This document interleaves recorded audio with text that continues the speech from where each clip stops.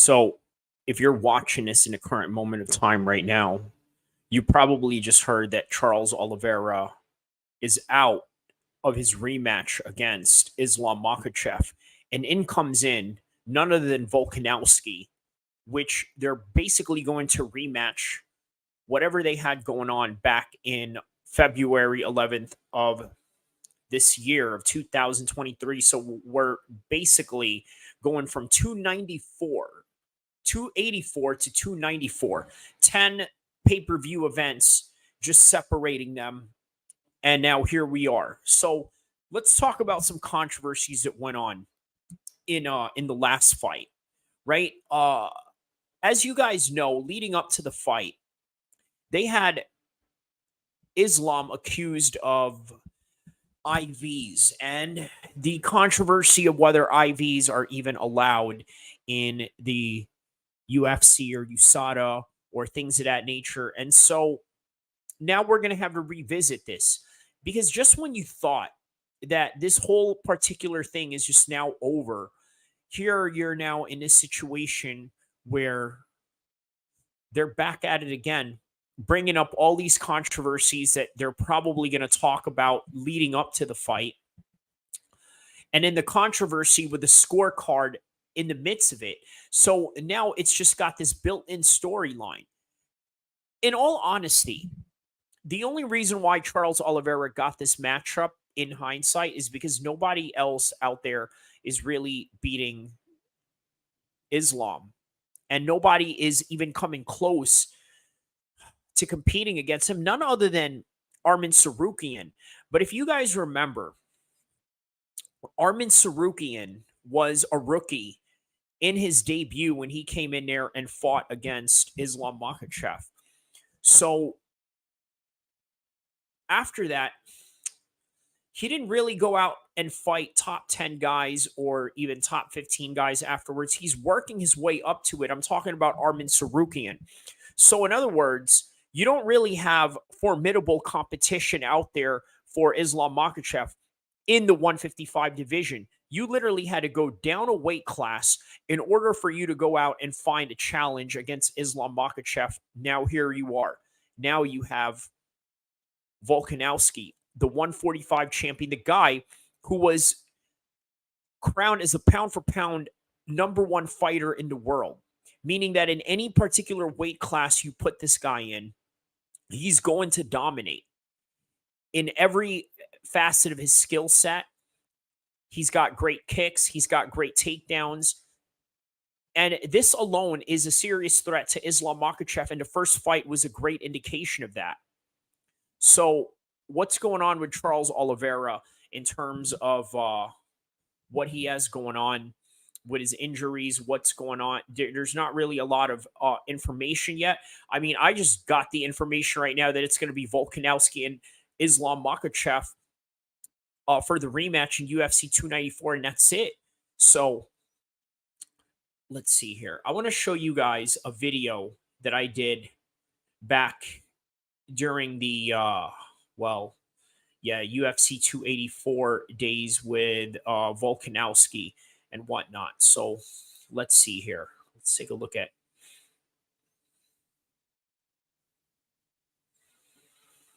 So you see in the beginning of this particular YouTube, when I started this before I was doing stuff on Facebook, some of the first matches that I was covering here was none other than Islam Makhachev and Charles Oliveira, right? And then here we are, we're coming back full circle once again.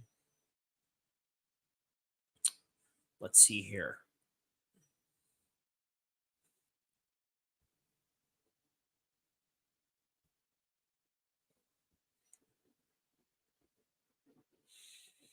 Let's see here. We're basically just looking at the catalog of my thing, because I'm going to play to you guys the post fight for UFC 284 a long, long time ago. So we're talking about months and months on out, right? So here we go.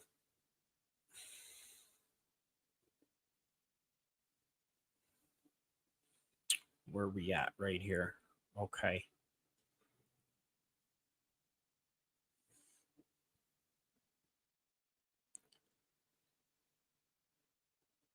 Here we go. This one right here, 7 months ago. So we're talking about a rematch from 7 months ago, right? This is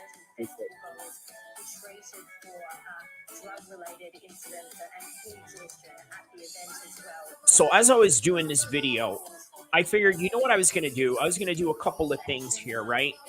Obviously, you hear the little song in the background. It is what you think it is, but it's also not what you think it is.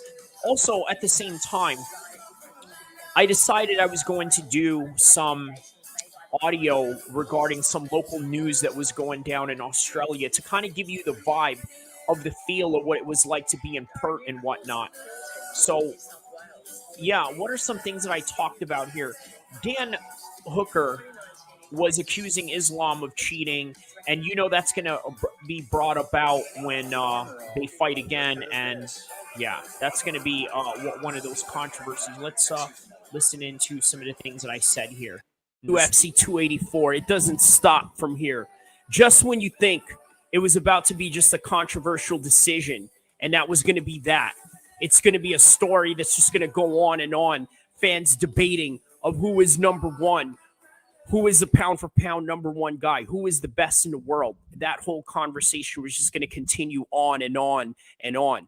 And then you thought that it would just only be that, but then you have all these stories dropping where you got Dan Hooker accusing Islam Makhachev of taking an IV. Now, here's a couple of different nuances that goes into this story to understand the full context. Yes, it is illegal in the UFC to take IVs after a weight cut. Now, for those of you that don't know what an IV is, let me explain. It's basically taking liquid substance into your veins through an injection shot. And why is that? Because if you're cutting weight, and by the way, cutting weight is one of the hardest things that you're going to have to deal with as a wrestler, as a boxer, as a mixed martial arts fighter, as a Muay Thai fighter, or even as a Brazilian Jiu-Jitsu player in whatever sport that involves weight cutting or trying to make weight or trying to create some sort of distinct size advantage of some sort, which, by the way, as you know, the Dagestanis are very well known for, being that a lot of the hardcore MMA fans in the forums would call them weight bullies and whatnot. But the reality is that it is the prevalent practices of the sport, especially within grappling arts, because although in boxing, there is an aspect to where there is a certain level of where a smaller man can compete against a bigger man, it's a little bit harder in terms of the grappling arts where you could just literally lay on top of somebody with the right size on you and use that to your distinct advantage, to which it's going to be hard for you to be moved. It's going to be hard for you to be taken down. It's going to be hard for you to be lifted up into the air without some sort of resistance or lack of strength from the other side to maneuver you around or to control you or to somehow create some sort of mechanism of leverage control. So that's why weight cutting is an important aspect of most combat sports, especially in mixed martial arts and in other grappling arts that deal with having to use your weight and leverage as some sort of weapon. Well, the thing is that when you take an IV, it's a lot faster than, let's say, taking in water or taking in through whatever ways that you consume water. I mean, I could only imagine there's only one way, which is drinking. But the other aspect of that, a faster way to get back to that hydration in ways that's not going to drain you or in ways that's not going to affect your performance, is taking an IV. And an IV. So that was the main thesis of the entire fight last time between Islam Makhachev and Volkanovski. It was a big factor when it comes to weight cutting because guess what? This is what a lot of wrestlers do. Volkanovski didn't really grow up weight cutting, although there is a history of Volkanovski wrestling when he was very young, but there's no evidence of him cutting weight. So this guy gradually became a 145er. And naturally put himself into that body frame to where he's able to, let's say, get used to cutting that much weight or just keeping his weight down in that certain capacity. Whereas with Islam Makhachev, he is the quintessential wrestler in terms of cutting a lot of weight. A lot of wrestlers cut a lot of weight. They either maintain weight all throughout the year and then keep it off, or they just basically, there's very few wrestlers out there that don't cut a lot of weight, because that's the name of the game when it comes to grappling, is just the aspect of being able to hold your opponent down, having all the weight distributed for you to have the right proper leverage, which is basically some of the things that I was going on about in this. So here we go. IV is banned in many combat sports, if not most of sports. I know the Olympics bans substances or practices like this. And the thing is that the other nuances to this story is the fact that the UFC has signed off some sort of waiver. By the way, these sources, according to John Morgan, the former MMA junkie journalist, who is now, I believe, with some other sports or mixed martial arts media entity that he's working for now, but nonetheless, a very credited name in the game of mixed martial arts. You would know him as a guy with the blue shirt that would usually get all the first questions during all the press conferences.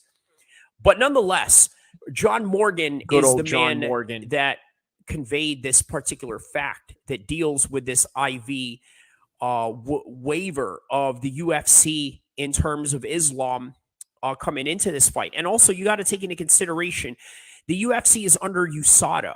Or is it that the UFC controls USADA, which is a fact, considering that USADA is paid by the UFC. So if they want to get paid by the UFC and continue to have that money and that salary, I'm sure they're going to do things that's favorable towards that company. Now, how favorable would it be towards the UFC if they had to somehow stop this fight because of Islam's lack of hydration or his lack of performance to be the way that it is?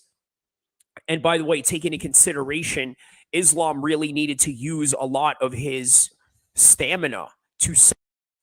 So if you're just watching this right now, I'm literally reacting from the post show that I did from the last time Volkanovski fought Islam Makhachev, because breaking news for those of you that are just watching right now, Islam Makhachev is taking on Volkanovski because Charles Oliveira is out for this particular contest, and in comes Volkanovski stepping in the way that he should and showing the world what he feels he was the better man that night, and has now the chance to prove it in Abu Dhabi, in Islam's hometown, for lack of a better understanding of regional differences.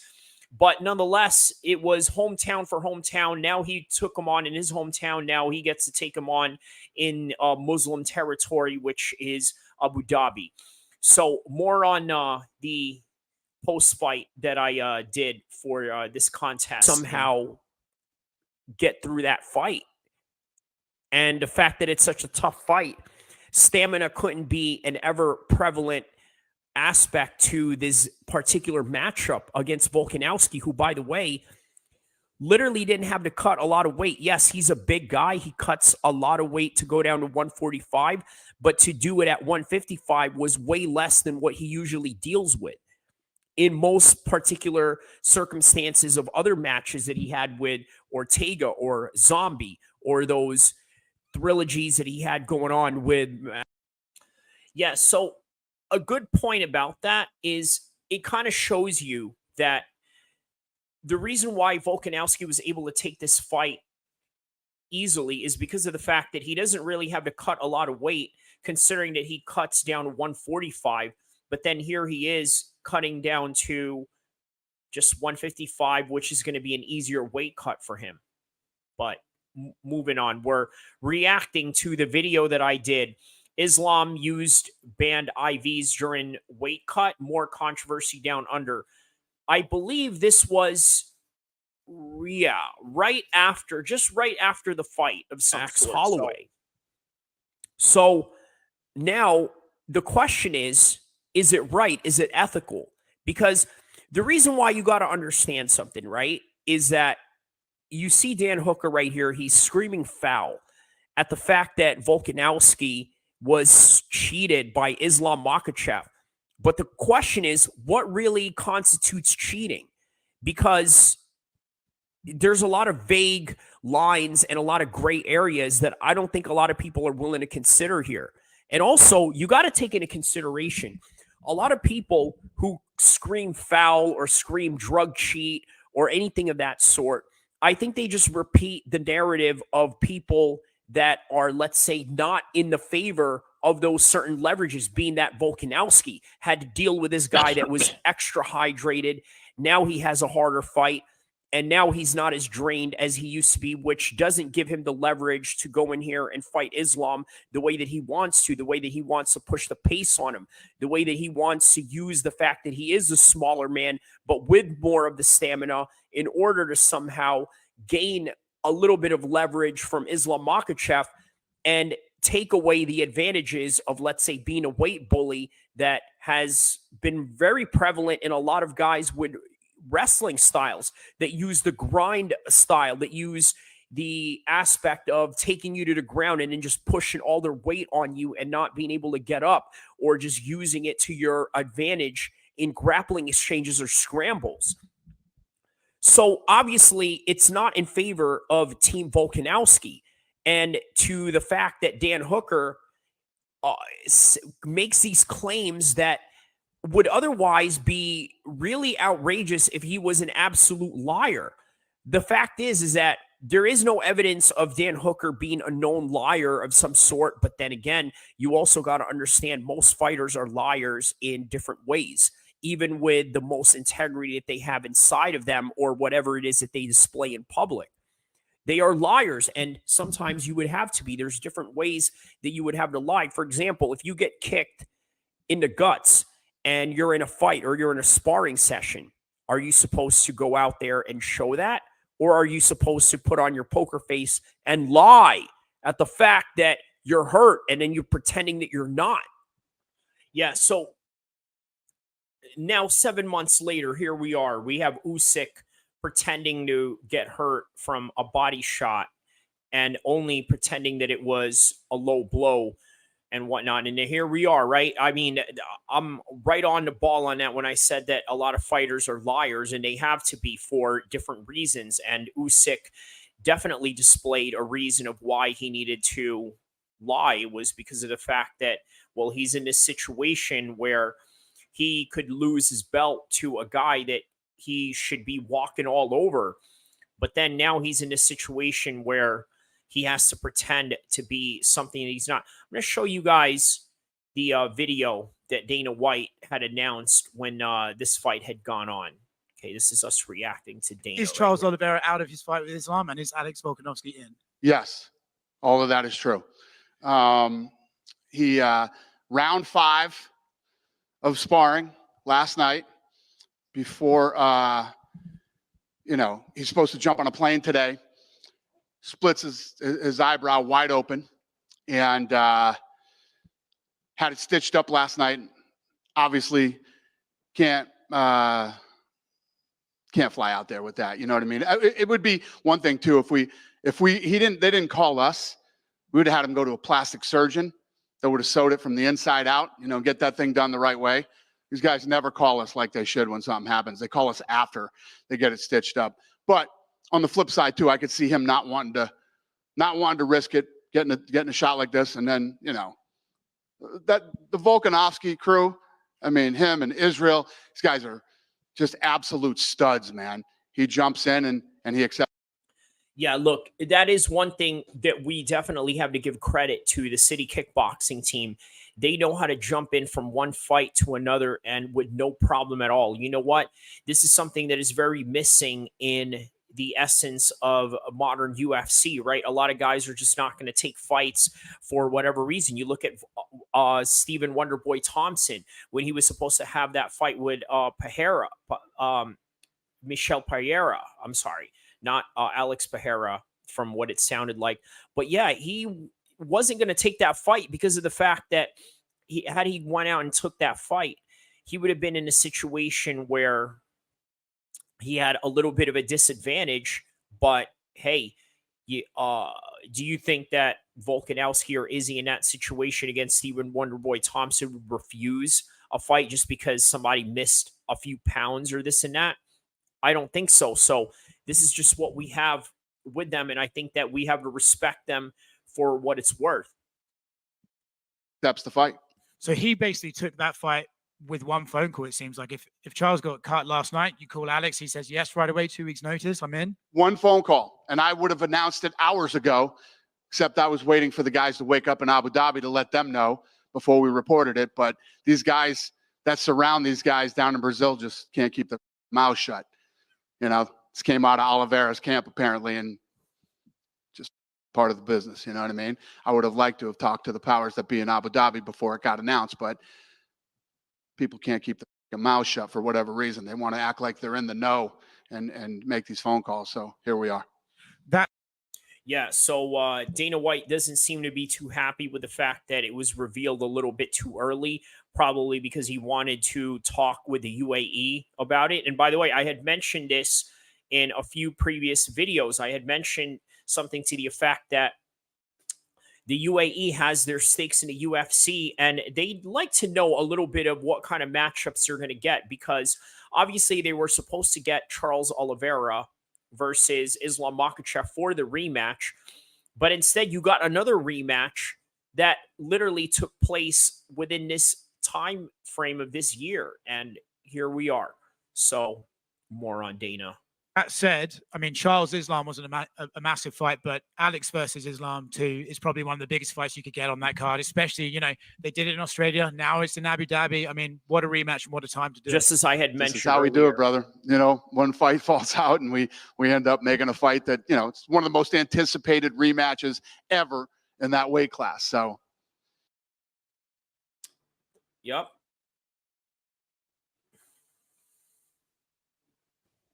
So you have to lie when you're scared of competing against somebody that is really tough in your next matchup.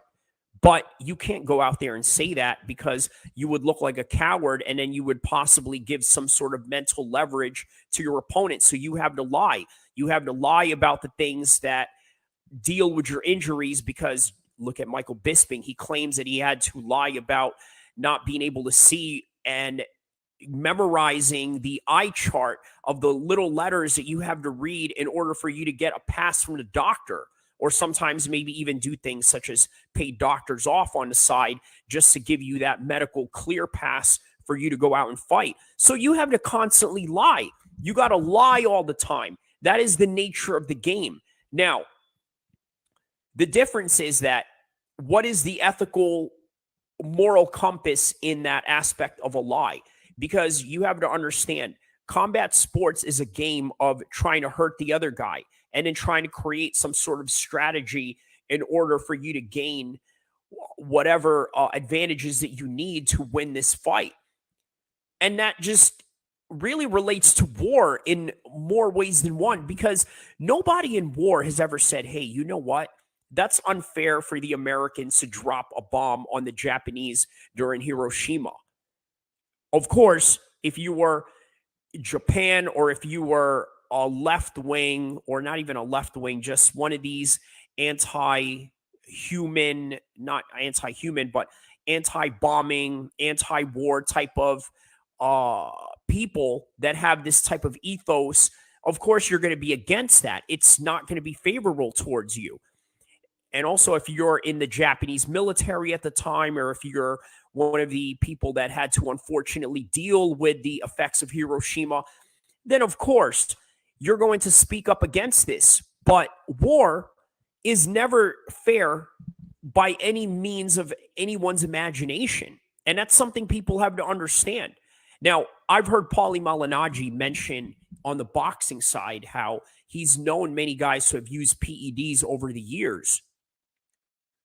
Did I really say that 7 months ago, that war is not fair? And then on top of that, we have this situation going on with Palestine and Israel. By the way, guys, don't forget to like and subscribe. And not only like and subscribe, also check out one of my latest videos that I did regarding Palestine and Israel and how it affects combat sports, along with Bilal Muhammad, etc. Come take a look at it. And by the way, another thing that I didn't add to that particular topic was you had Sean Strickland come out and basically condemn Bilal Muhammad for saying that, yeah, we're going to pray for Palestine. And then he took it as if he's saying that he supports Hamas or something like that. But yeah, that's neither here nor there. I just thought it was interesting to bring that up. And his response to that is, so what? Everybody does it. It's like walking into a gunfight with a knife. And I've mentioned this in a short little video that I did regarding Conor Benn and TJ Dillashaw, which you could find on this page. And I've mentioned that that's literally what you're dealing with when you're dealing with modern professional combat sports competition. You're dealing with the possibility that you're dealing with another human being that has some sort of advantage over you, whether that's performance enhancements or whether the fact that that guy has no job other than just to train all day. And then here you are, you're this Uber driver, and then you're this guy who works at a factory. Now you're taking on a full-blown professional that does nothing but train all day and this and that.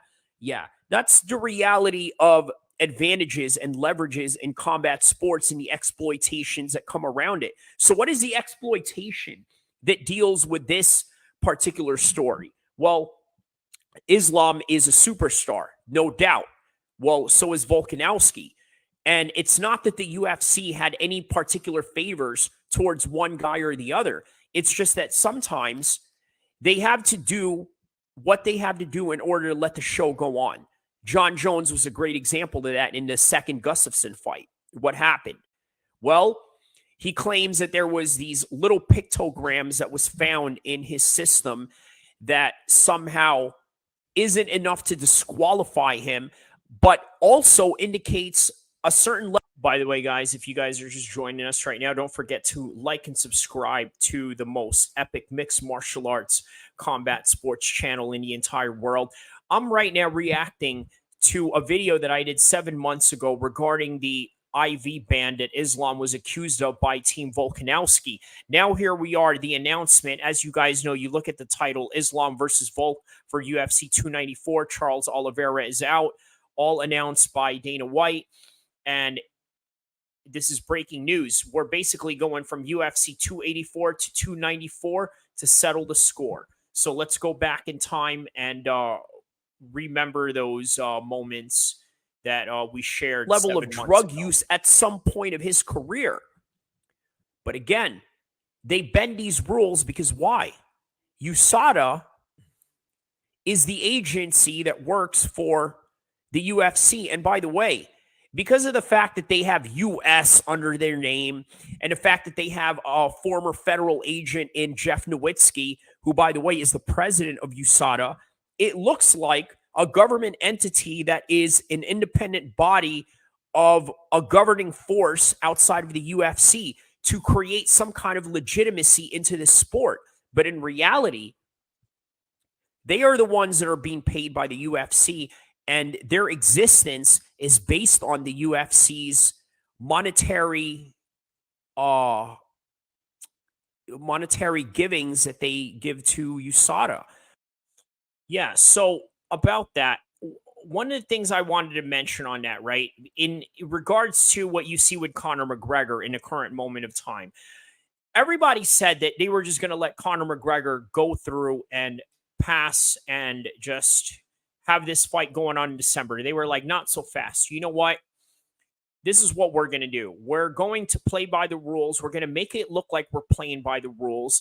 We have already a stacked year ahead of us, with the last pay-per-view being Colby Covington versus Leon Edwards. So everybody is already intact. Everybody is already ready for this particular quarter. If you guys have ever worked for a corporation or worked in sales or worked in anything that deals with that particular department, they do a lot of things in a quarterly, right? So how the UFC wants to, let's say, do their pay-per-views coming up with Conor McGregor, maybe they want to start it in the beginning of 2024 and just improve their quarterly in terms of pay-per-view sales, because they're already going to finish out with Leon Edwards versus Colby Covington. So why not start off the year with somebody like Conor McGregor, or add on to the pay-per-views, or one of the pay-per-views that they're going to build for that particular year. So once again, let's go back to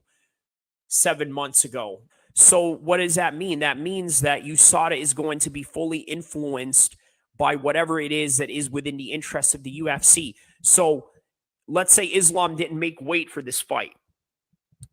What would happen? Well, in Australia and in different commissions, especially in Australia particularly, they're not going to let you fight if you miss weight. You only have one chance. And yes, they do allow fights to go on. By the way, guys, don't forget to like and subscribe. If you are just tuning in right now, I want to remind you that Islam Makhachev will now be facing Volkanovski for the rematch instead of Charles Oliveira for their other rematch. So Islam was getting ready for one rematch and now enters a new rematch with somebody else that he should have rematched a long time ago. So now we're going from UFC 284 to UFC 294 to settle the score. And what I'm playing right now is basically 7 months ago in the post-fight that I did for this particular fight with Volkanovski and Islam, and try to analyze and look at what has been different from now since then. Because there have been a few fights in this particular card that was allowed to go on based on the fact that they just had to only do it once. And but if it was a championship fight, then this wouldn't be a championship fight. It would be just like the Charles Oliveira, Justin Gaethje 155 championship fight in Phoenix, where he didn't officially defend his title because he missed weight, but then was also vacated. So in reality, Islam and Charles Oliveira fought for a vacant title, and that's something a lot of people and the history in and of itself will tend to forget, even within the short term that we have going on right now. So one thing you guys have to understand, it wasn't against the rules for Islam to do it, probably, but at the same time, who makes these rules? The UFC. So that is the moral dilemma that we have to deal with here. Whose moral compass is right? The reality is no one. The problem is that I think some people have what you call main character syndrome, which I think. All right. So before I let off that video about the main character syndrome portion of that video, I wanted to mention something that I wanted to react to with some of the things that I had said there. So first off, you got to understand there is no rules when it comes to warfare. And people forget that combat sports, and in particular mixed martial arts, is warfare, meaning that, yes, we do play by certain ethical rules, but at the same time, who's writing them and who's going to correct them if nobody's going to get caught or nobody's going to be held accountable, which, by the way, is literally what is going to happen in war, because who can you hold accountable in a court of justice other than your own when it comes to, let's say, UCMJ or military tribunals or court martials and things of that nature, right? There's no accountability in that aspect. What you do have in this particular moment right now with Israel and Palestine is a great example of that, which is why I thought it was a great way to segue the understanding of the conflict between Israel and Palestine and try to metaphor it into understanding the mindset of combat sports competitors. So what do I mean by that? Most combat sports competitors, if you meet them, what they're going to be like is a person that is me against the world. And when you have the mentality of me versus the world, what you're going to do is you're going to have a different outlook on your life. You're going to have a different outlook on how people are going to, how you're going to respond to people in terms of well, you know what? This guy, he's not for me. He's not trying to help me, but he's trying to be objective, yet at the same time, he's trying to tell the truth. No, I don't want to hear all that. I don't want to hear all that truth. I'm just going to put him to a side. And usually, most times, when you run across people like this, you're usually dealing with a person that has somewhat of a narcissistic personality, depending on what that means in today's world. And they just don't want to take into consideration anyone's thoughts or feelings or anything like that. But not to get on the tangent, let's get on with this. Really affects a lot of people's personalities in ways of, let's say, narcissism, or how they are to be viewed or how they should be treated in comparison to the world. Well, the reality is that your main character complex or your main character syndrome that you have, whoever you are, or in this particular story, Volkanovski and his team, it really doesn't matter, because the UFC is a machine. And as a machine, it's going to need what it needs to do, and it's going to accommodate who it needs to accommodate in order for the show to go on. So you can call Islam a cheat or this and that. Or, by the way, here's the other nuances of this particular story. If it was against the rules, and if there was clear evidence in everything that Dan Hooker is claiming here, you got to understand something. This could possibly be a 2-year ban for Islam Makhachev. That's the reality of this particular situation. So, again, let's take a look at the different nuances that are involved here. Number one, according to John Morgan, of formerly MMA Junkie, credited MMA journalist, has a source that claims that, yes, it was signed off by the UFC for Islam to take this IV. Now, why is that? Perhaps maybe the different commissions that they were dealing with in Australia allowed them to do that. Because you have to understand, the Vegas, I would say, has some of the fairest combat sports commissions in the world in terms of being fair in the best way possible and being experienced in the world of prize fighting. You would imagine that they have seniority over everybody else. Now, when they went to Abu Dhabi, the UFC I'm talking about, they've claimed that they had Vegas commissions oversee everything that was going on in the sports commissions of Abu Dhabi, of make it out as you will. So when you go to Australia, maybe they have different rules, different structures, and different ways of going about things in which they may have allowed the IV. So again, there's not a lot to really take off from this story right now, because it's a developing story in terms of not really getting all the facts and figures of everything that is laid out.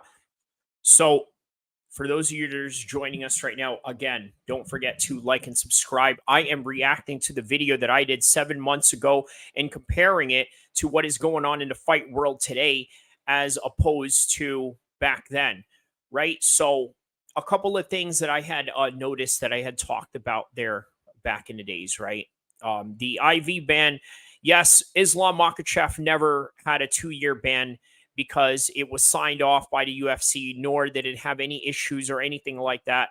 So, yeah, moving on from that right there. What we know so far that John Morgan claims this particular fact of your IVs being allowed.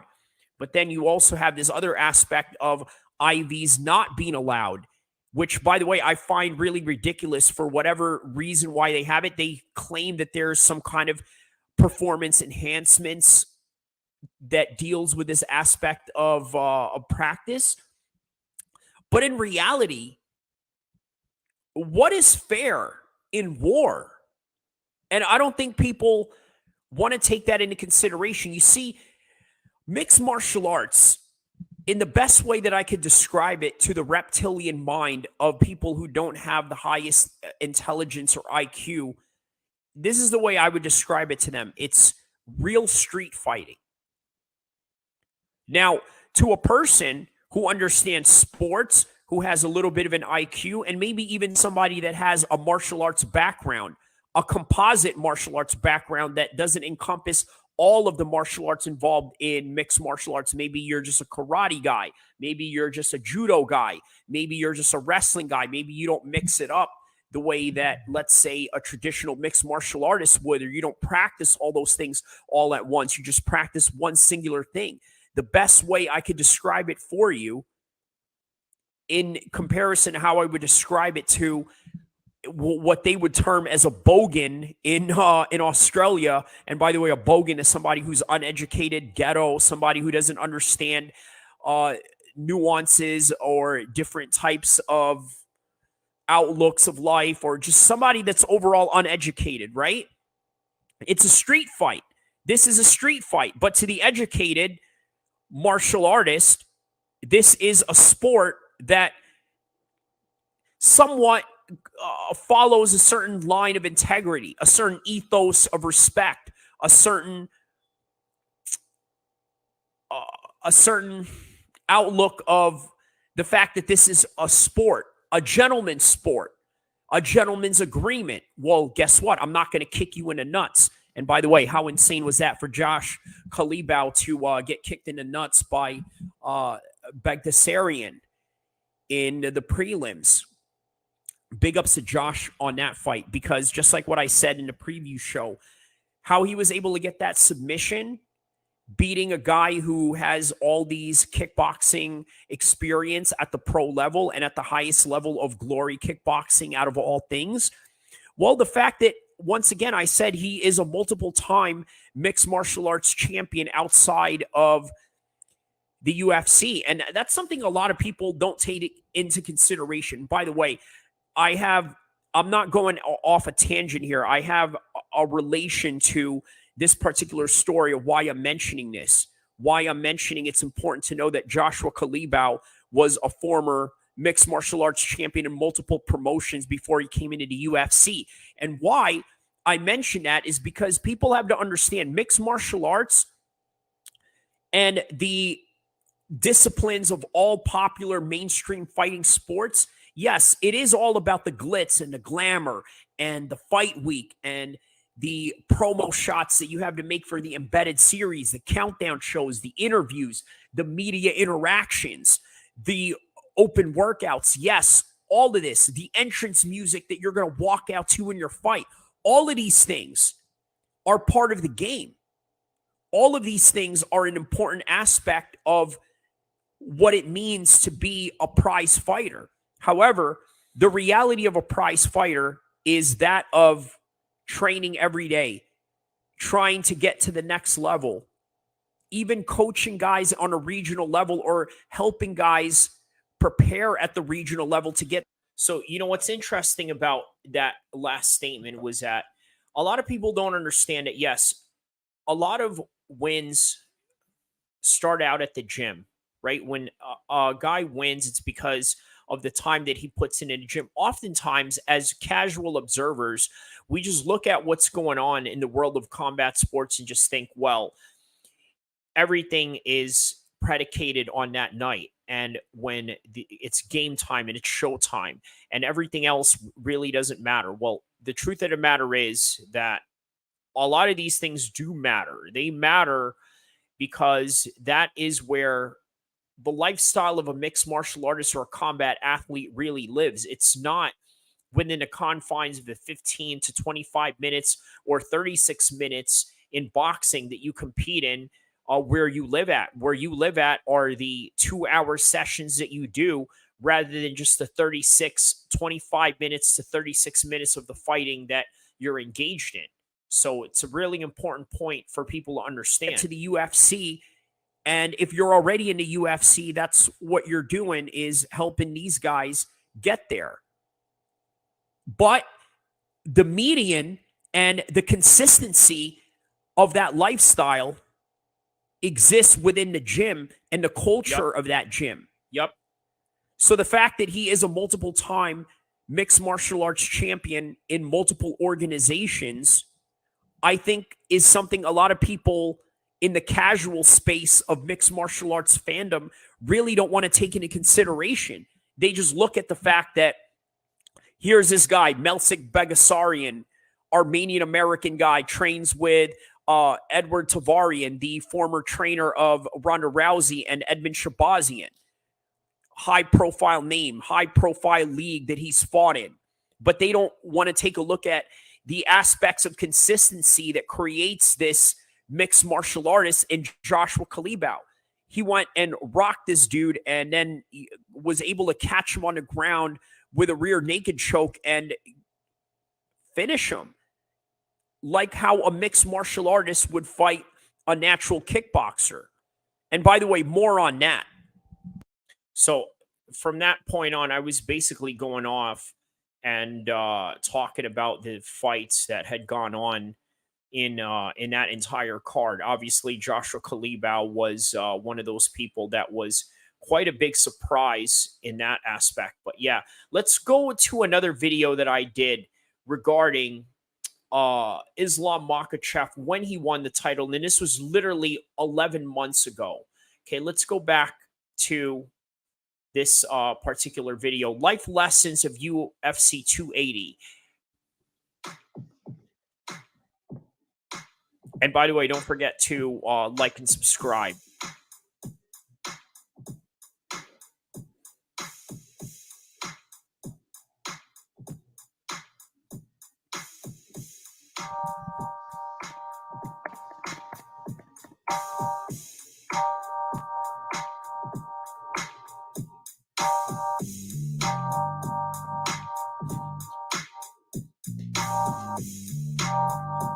Got a little intro right here. I don't know if I should go back and start doing little musical intros or whatnot, but they are quite catchy. So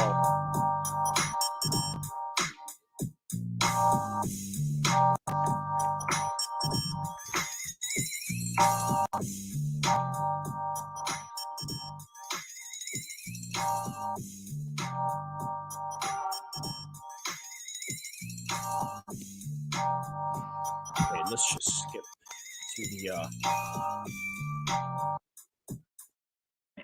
So this is the reality of combat sports. Let me give you guys some history on the UFC's 155 division. Who remembers TJ Grant?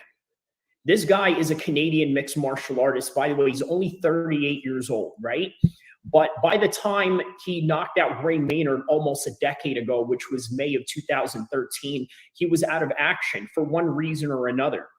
Now, the reason why he had to retire when it was Ben St. Henderson who was the champion, and it was at the time where basically Pettis was going to take that championship opportunity from him because he got injured right after the Gray Maynard fight, or something happened to his medical conditions to where basically he just was not able to compete anymore. And you got to think to yourself, this was one of the hottest prospects, one of the hottest guys to come out at the 155 division. He was, you know what? I got to tell you something that I think is really interesting about the 155 division. You got to understand and take this into consideration, right?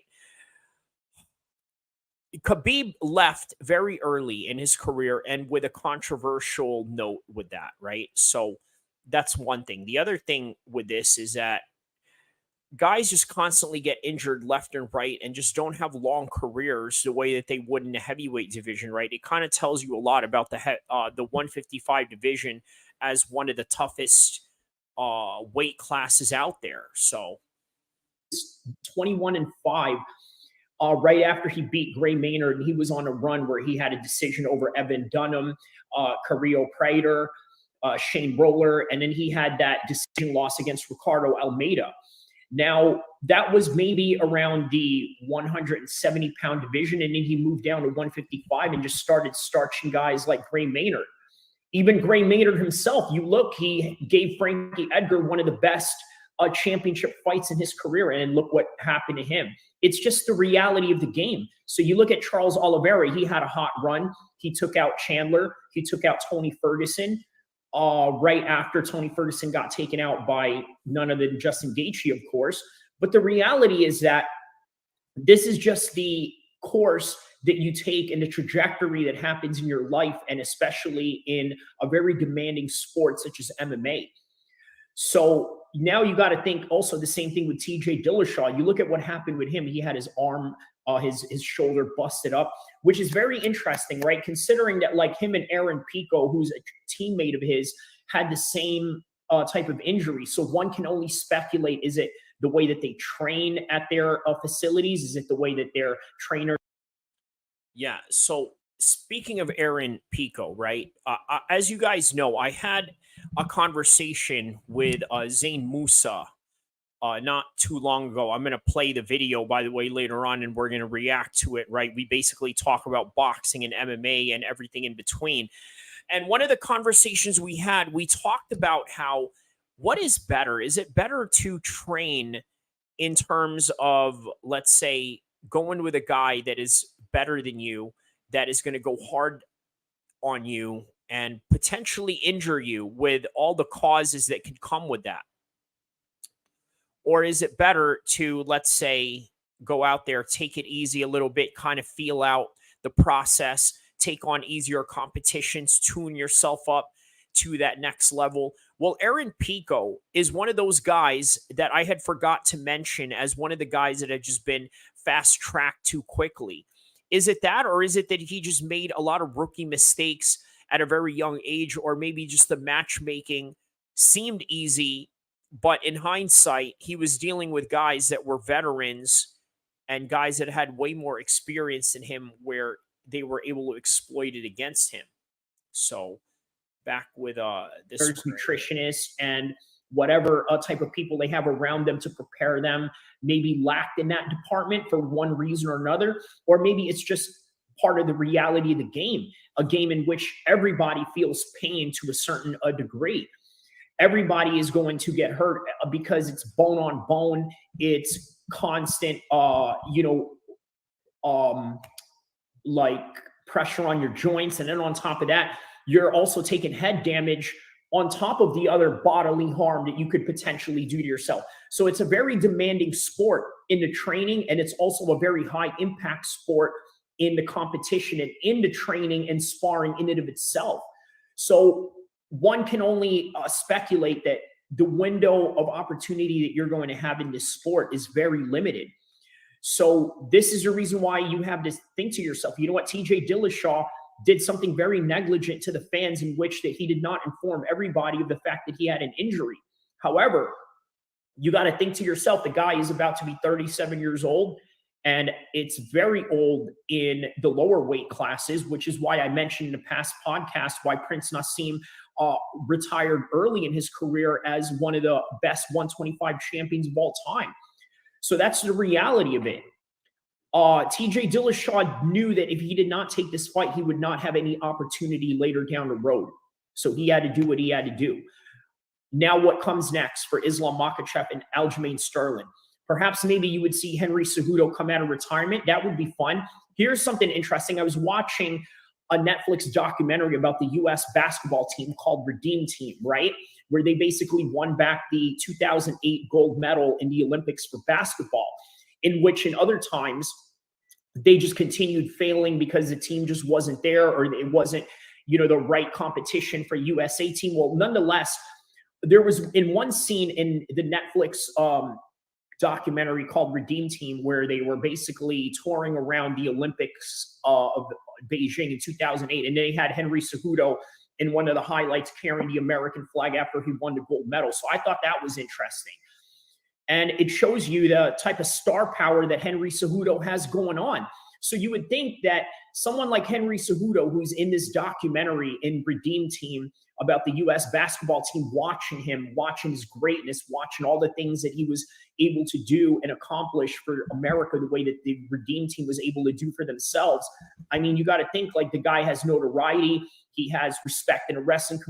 By the way, for those that are just joining us right now, don't forget to like and subscribe. I am reacting to Islam Makhachev now taking on Volkanovski for the rematch. And I'm just going over some videos of some old fights that I had covered about Islam Makhachev and trying to compare and contrast what it is that, what is this? Manlet says, Abu Bakr Nurmagomedov. Is that who you think I am? That's awesome. All right. Yeah, man. Don't forget to like and subscribe. But yeah, so let's see.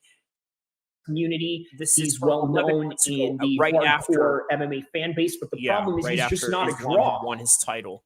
So it's going to be very hard to get him out of retirement and then get him to fight somebody who has been active in terms of the way Aljamain Sterling has as being a champion. He just went 5 rounds with Peter Yan, dominated him, and then did this to TJ, which was a bit of an easier fight considering that TJ was injured.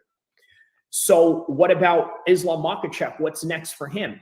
Well, what's next for him is that now he has an opportunity to become the pound-for-pound #1 greatest fighter of all time, or the greatest pound-for-pound #1 fighter in this generation, because now he could do it against Volkanovski in his own weight class.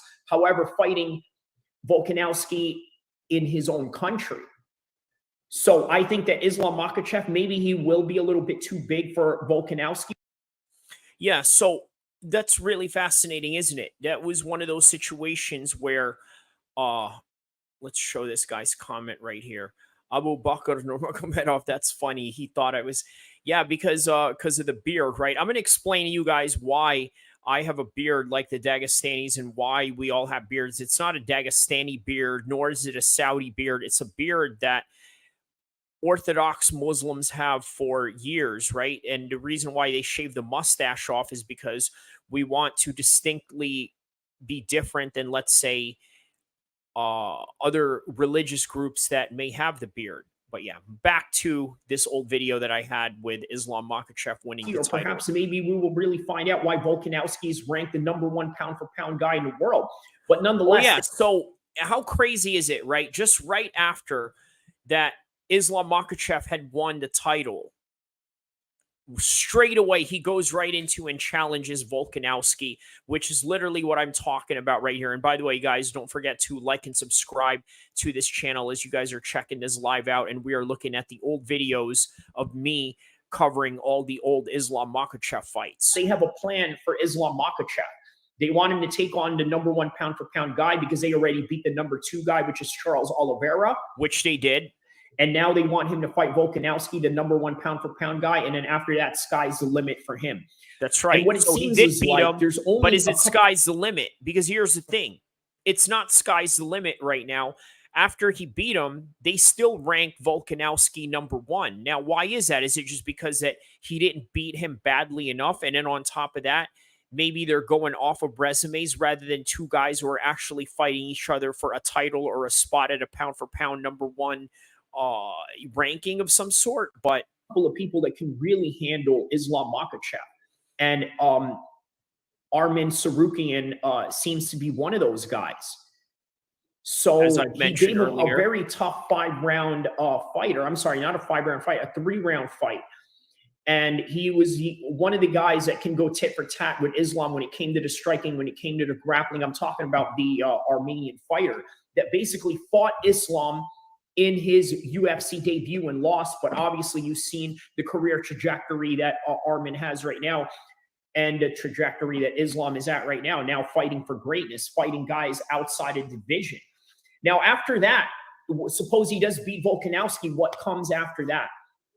Well, the reality of that, perhaps maybe Leon Edwards, because as you know, Leon Edwards was known to have trained with Islam Makhachev, and Makhachev has held them down in practice during one of the sparring sessions they had in AKA.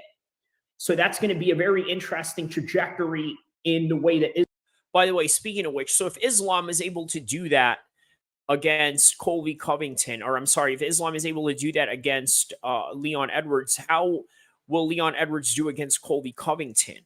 And that's where this match gets really interesting. But at the same time, man, it just seems that Leon Edwards is the best striker right now at the 170 division, but who knows?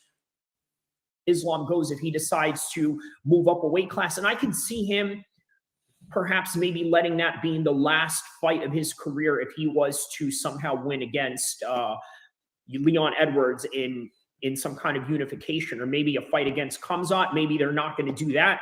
But how about this? Here's another interesting news. How about Khamzat and Abu Bakr getting into a fight at the UFC 280 in cage side right after Islam Makhachev won the fight?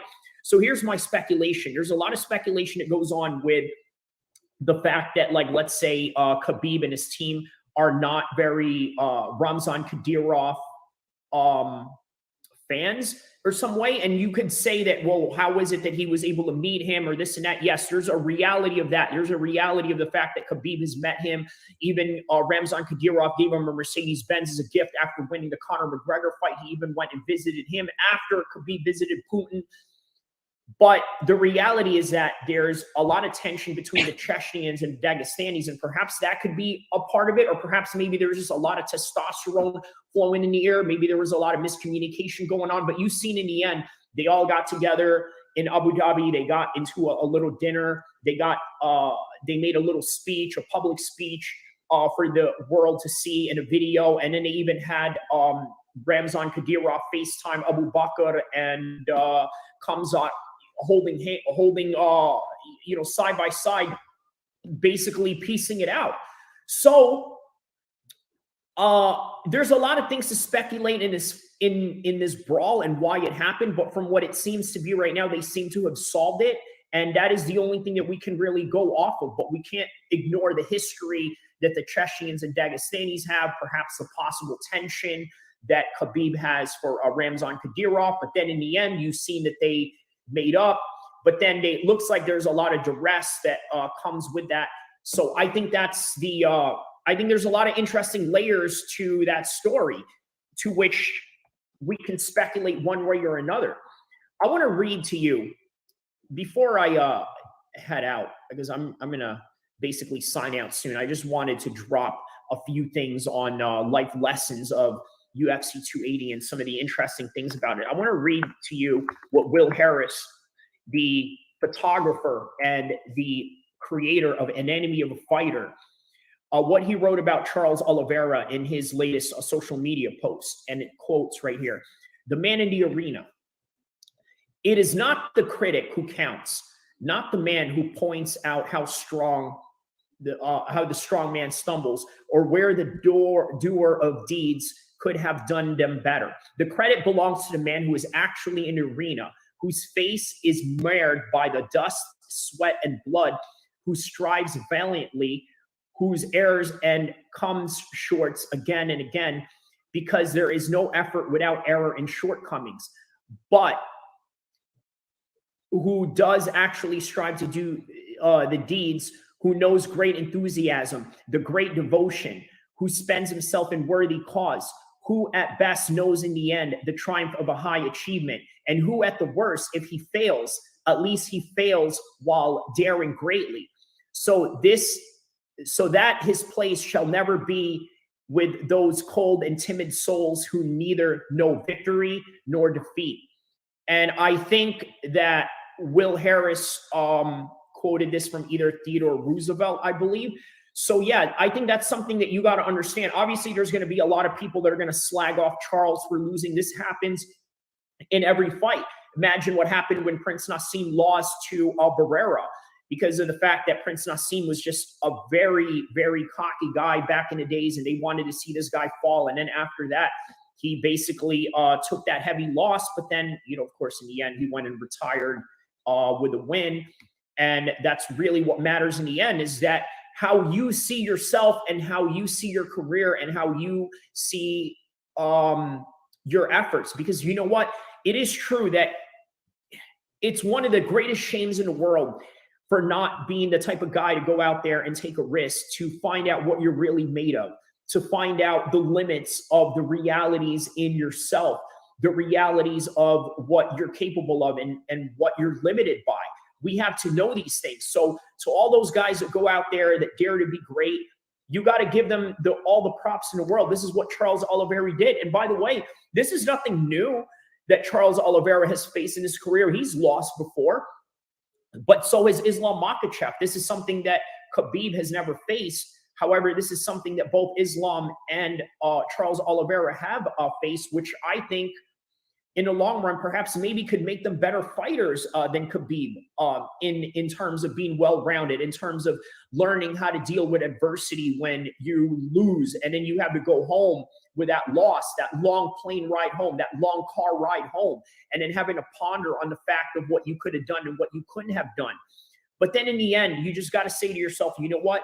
I did something most people are not willing to do. I went out and dared to be great. And you know what? I think that is the greatest appreciation that you can give to these guys, and the best respect that you can to any fighting man that goes out there and tries their best to become one of the greatest ever. Because if you're not here to be one of the greatest ever, what's the point of it? Motivation is everything. And when you have the right motivation, my goodness. Yeah, so basically, if you guys want to check out the rest of that, don't forget to like and subscribe. Assalamu alaikum, bro. How you doing, Arslan? Thank you, brother. Where are you guys from? Right on a section below, if you guys want to let me know where you guys are from. Yeah, so interestingly enough, there's this story that I had picked up on with Khamzat Chimaev unfriending the 135 undisputed boxing champion Devin Haney. Devin Haney said something to the effect of, well, I basically paraphrase this just so you guys can understand in full context of everything, okay? Just so you guys understand. Hold on a second here. So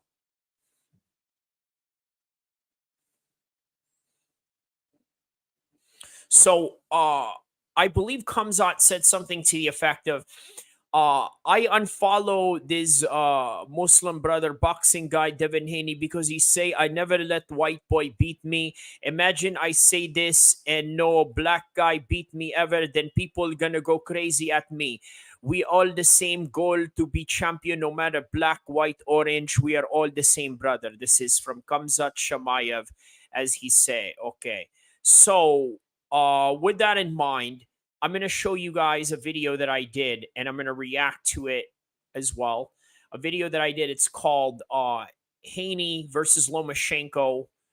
It's a full preview for his fight. And then I also did Russian Muslims versus the UFC world roster, right? Which is very interesting that I had made a video about this 4 months ago with Devin Haney as a post-fight show. But in the midst of a post-fight show, I talk about why Muslim fighters are the most dominant in the world right now. And here it is. All right. We're going to have a mic check. And then we're going to go live right into it.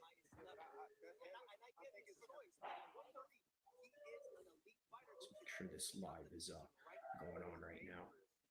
We just witnessed Devin Haney taking on Vasily Lomachenko. And we're going to try to go through the fight and break it down in this controversial matter in which they always scream robbery every single week for one reason or another, right? So we're going to try to decipher this and see exactly who is right and who's wrong in terms of what is a proper decision. Should you score the fights in a way where you're looking at it as an entirety rather than by round? You see, that's kind of one of the key issues that they have with boxing in the current moment, right? Or if not, just overall boxing in general. Now, why is that? Well, because in the past, a lot of people, when they don't like a decision, they look at it and say to themselves, well, you know what? I don't think that this fight was judged properly. And in a lot of instances, they are correct in that certain aspect. But then there are other aspects where a lot of people just don't understand that fights are scored round by round, not in the Japanese MMA system to which you're practicing a fight and scoring it overall. Now, if you're doing it like that, then we're talking about just in terms of damage. Now, also earlier in the night, or in the morning, if you're watching this in the West Coast time frame, you had the likes of Katie Taylor try to move up a couple of weight classes against Chantel Cameron, in which she miserably failed.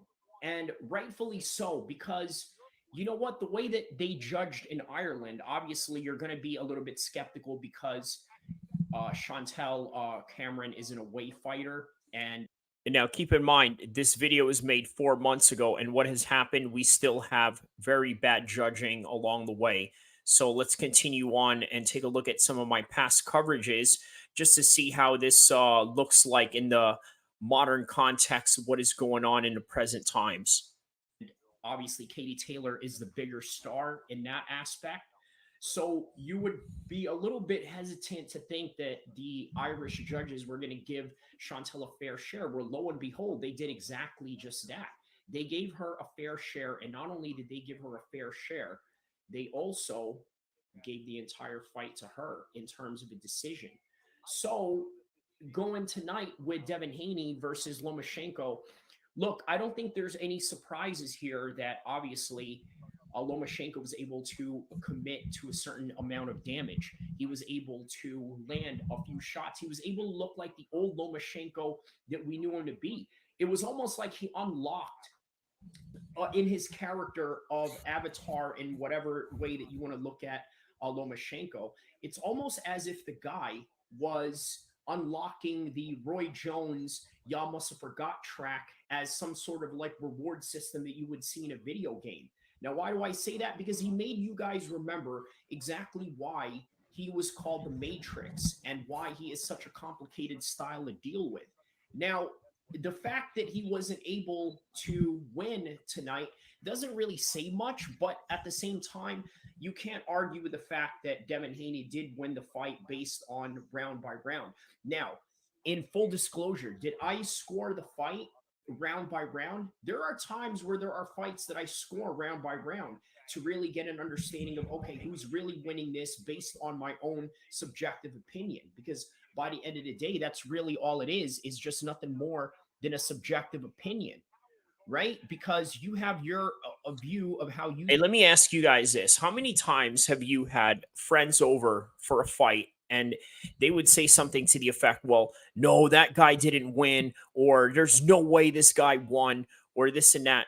Okay, well, how do you know? Were you watching a fight? Do you have a scorecard? Now, there are some guys out there that I know that actually physically pull out a pen and a paper to have some sort of scoring criteria or some sort of official scoring in what they see.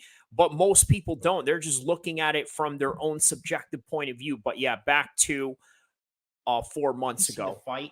And then imagine this, put this in perspective.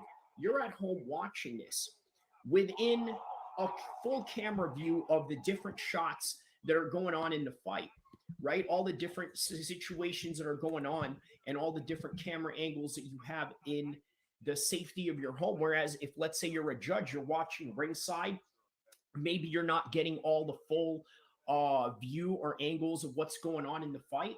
So what happens is that you end up being in a situation where sometimes you're seeing a different fight than what everybody else in the world sees.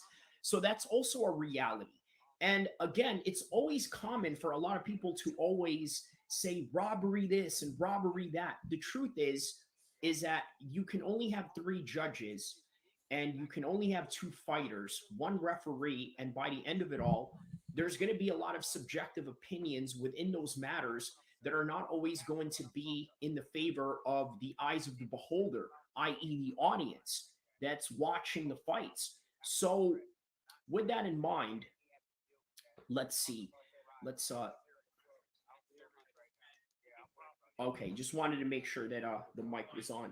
What the mic was on right there. So okay. So once again, earlier of the night, you had Cameron defeating none other than Katie Taylor, which, by the way, is Katie Taylor's first professional loss. And Conor McGregor was in the crowd, not so much of the entire fight, the way that Eddie Hearn watches the entire card from top to bottom. But obviously, Conor was there to support his fellow country woman other than Katie Taylor. So while Conor was there, I think that he reminded himself that, you know what, in this game, nobody cares that you're a superstar, because no doubt about it, Katie Taylor is a big superstar in women's professional boxing, especially out in Ireland. I think she's right up there with Conor McGregor. Now, obviously, Conor McGregor is Conor McGregor, and there's nobody that's ever going to be like him in the history of professional MMA. However, you can have people that are just a little bit right underneath that in terms of notoriety. Well, none other than Katie Taylor is somebody that can fill that role. And in a way, she kind of understands what Conor is going through as this famous person having all this weight on her shoulders.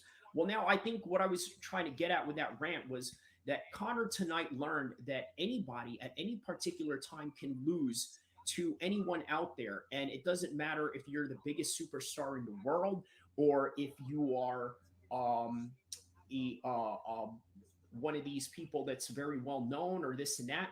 The bottom line is when you step in that cage or when you step in that ring, you can't bring your name in there with you. You can't bring your accolades, what you've done in the past.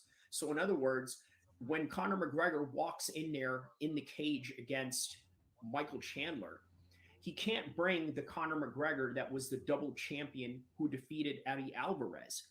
And also the Conor McGregor that has walked in there and fought meticulously in a methodical fashion against Nate Diaz in the second fight that they had.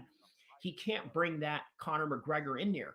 The only Conor McGregor that he can bring in there is the guy that has rehabilitated his injured leg and now is going into one of the toughest fights that he can come back to in the UFC's 155 division, which is none other than Michael Chandler. And tonight, Conor McGregor got to be reminded of that in the same similar fashion that Devin Haney was reminded that, you know what, even though I was the younger guy, even though I was the undisputed champion on paper, I could not take that in there with me because by the time that I walk in that cage, I still have to go in there, or I'm sorry, the ring in this particular aspect, I still have to go in there and deal with this man's footwork. I have to go in there and deal with this man's elusive fighting style. I have to work with his angles. I have to work against his jab. You look at the picture right here. Look at this straight jab that he hit Devin Haney with.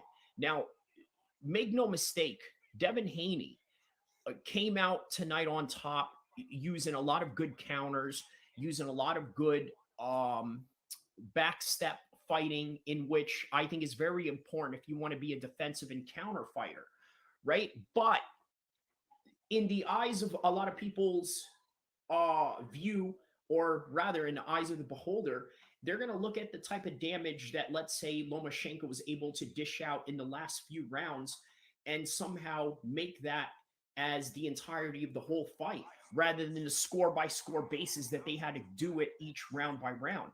And again, that's one of the same arguments that you can have tonight with Katie Taylor and the Cameron fight. Now, also in another women's fight event tonight, you had obviously Angela Hill taking on Mackenzie Dern. And Mackenzie Dern did exactly what she knew how to do, which was what? Take her opponent down to the ground, control them, and dominate them. And then by the end of it, she was able to basically get her black belt from her jiu-jitsu coach, which is none other than her dad, who is a worldwide known jiu-jitsu specialist himself. So Edmund Shabazian was defeated by Anthony Hernandez in the third round via TKO stoppage. And then Lupita Gomez got a decision. What else happened? Andre Filio got a brutal knockout against Joaquin Buckley. Michael Johnson got brutally knocked out by Diego Ferreira. And that was the main card of tonight's fight night in the UFC. By the way, also taking place in Vegas. Carolina got a decision over Vanessa Demolopoulos. And then Team Alpha Male's own Borchevich got TKO against Hazer Machete. And then Ilir Latifi got a decision loss against Rodrigo Nascimento Ferreira. And then Gilbert Urbina got a knockout as well. Chase Hooper gets a decision. I think this was his 155 debut. Natalia Silvia gets first round TKO. And then Thema Gorimbo, gets a decision over Takashi Sato. And that's the UFC's fight night for May 20th, 2023. Sharing the same night with Devin Haney and Katie Taylor.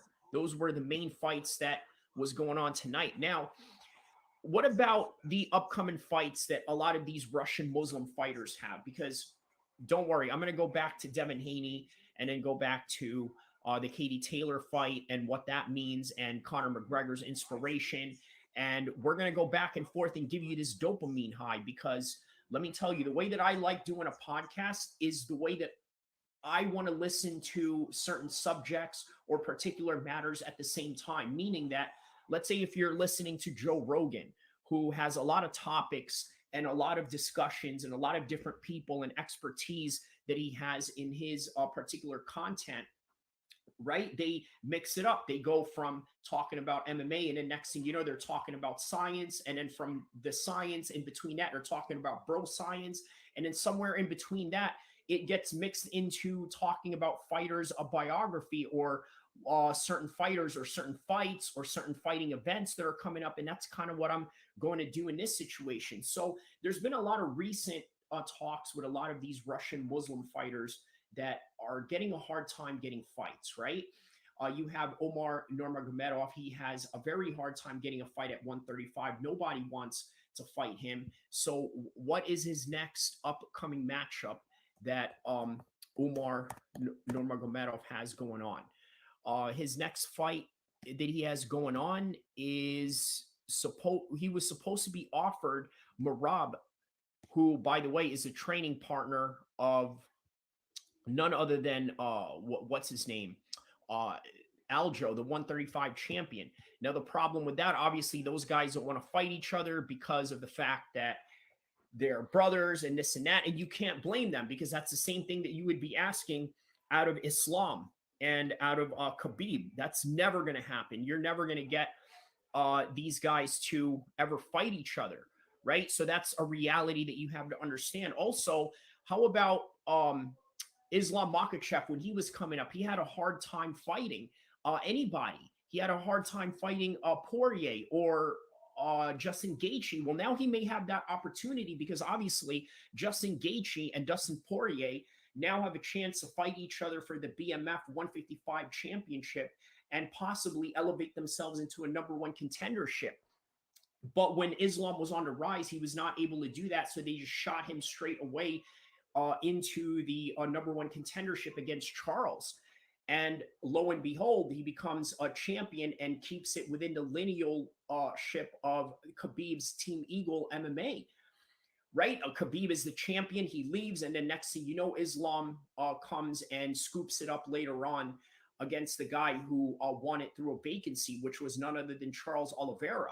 Now, another guy that has problems with his fights going on is none other than Khamzat. And the reason why a lot of people are saying that Khamzat has problems is because they're citing it through the fact that he's a bit of a coward, right? Or he's not taking these fights or this and that.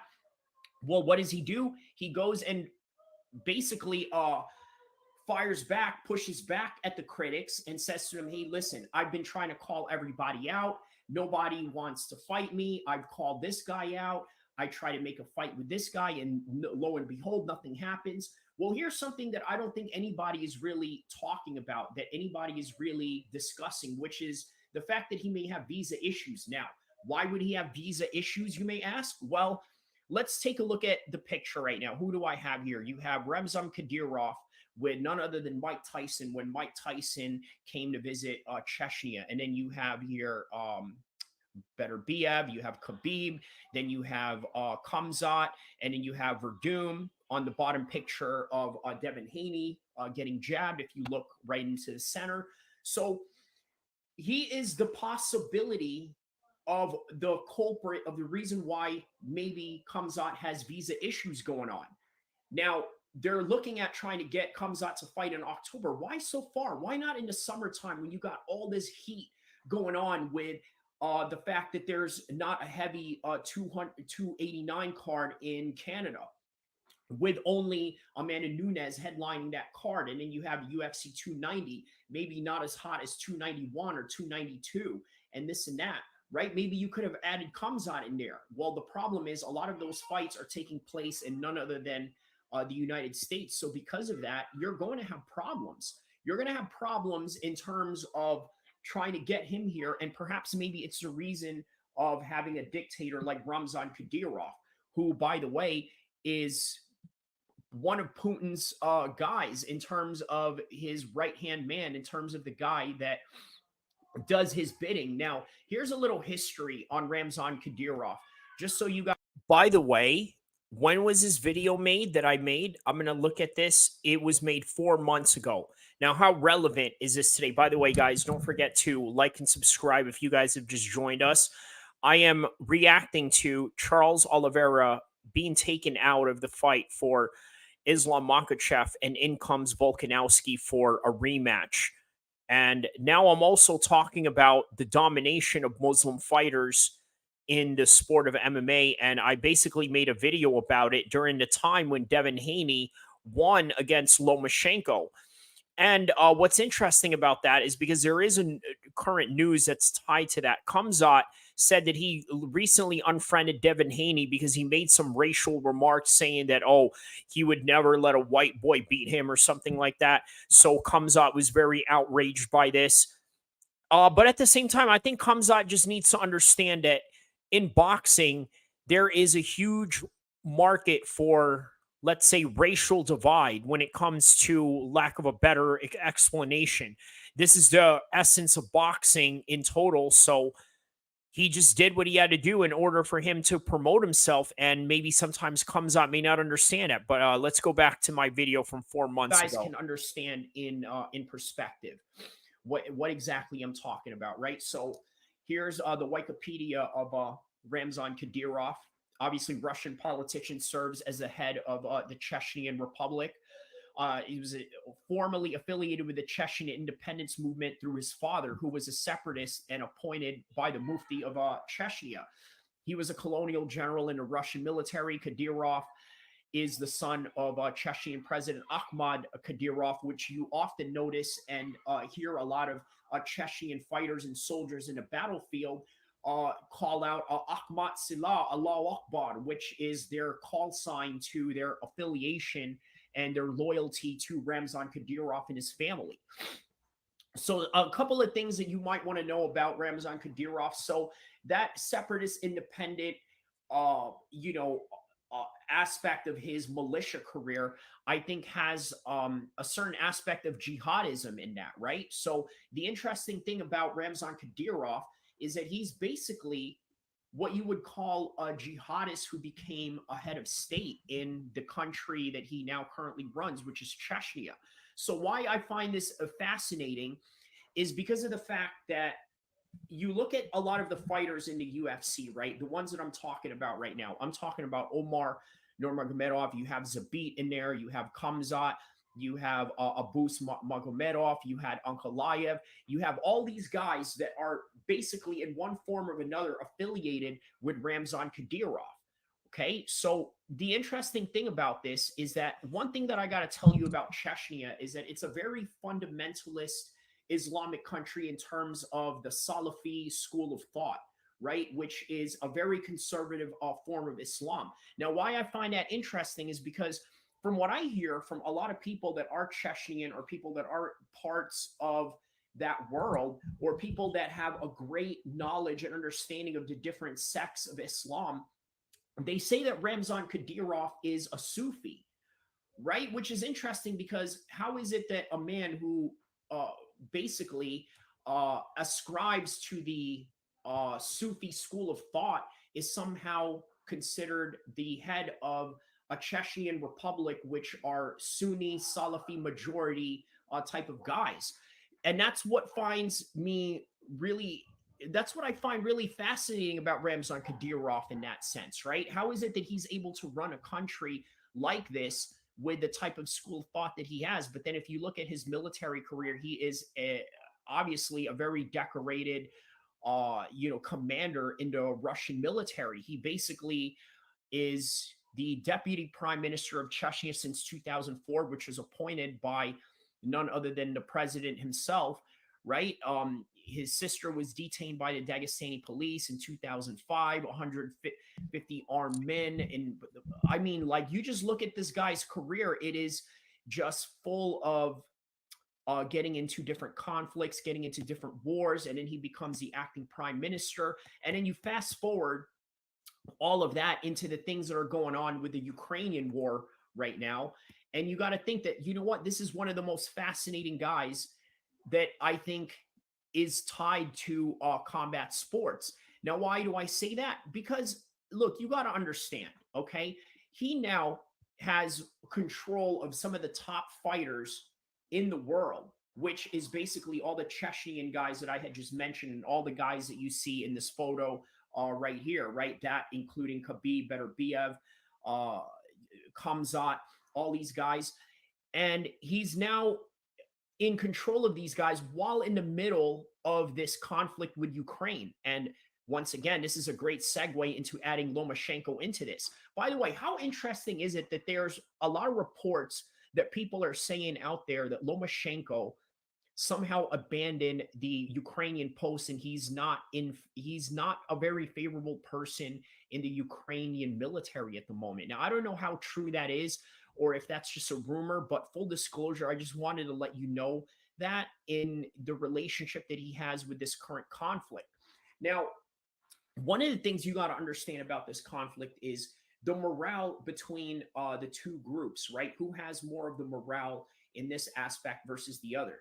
Now, here's the thing that you got to understand. There's a lot of Ukrainians that are leaving the country, right? And you can argue that the majority of them are women and men as opposed to, women and children as opposed to the men themselves that have to be left in the country to fight and to be conscripts and to somehow enlist in one form or another in the defense of Ukraine. Whereas you have in Russia, I think you can argue and say that there's also an aspect of low morality within their military ranks, being that, let's say, they have generals and officers that are a little bit scattered in the way that they may handle war or the way that they may have a cultural preference to not receiving a lot of criticism.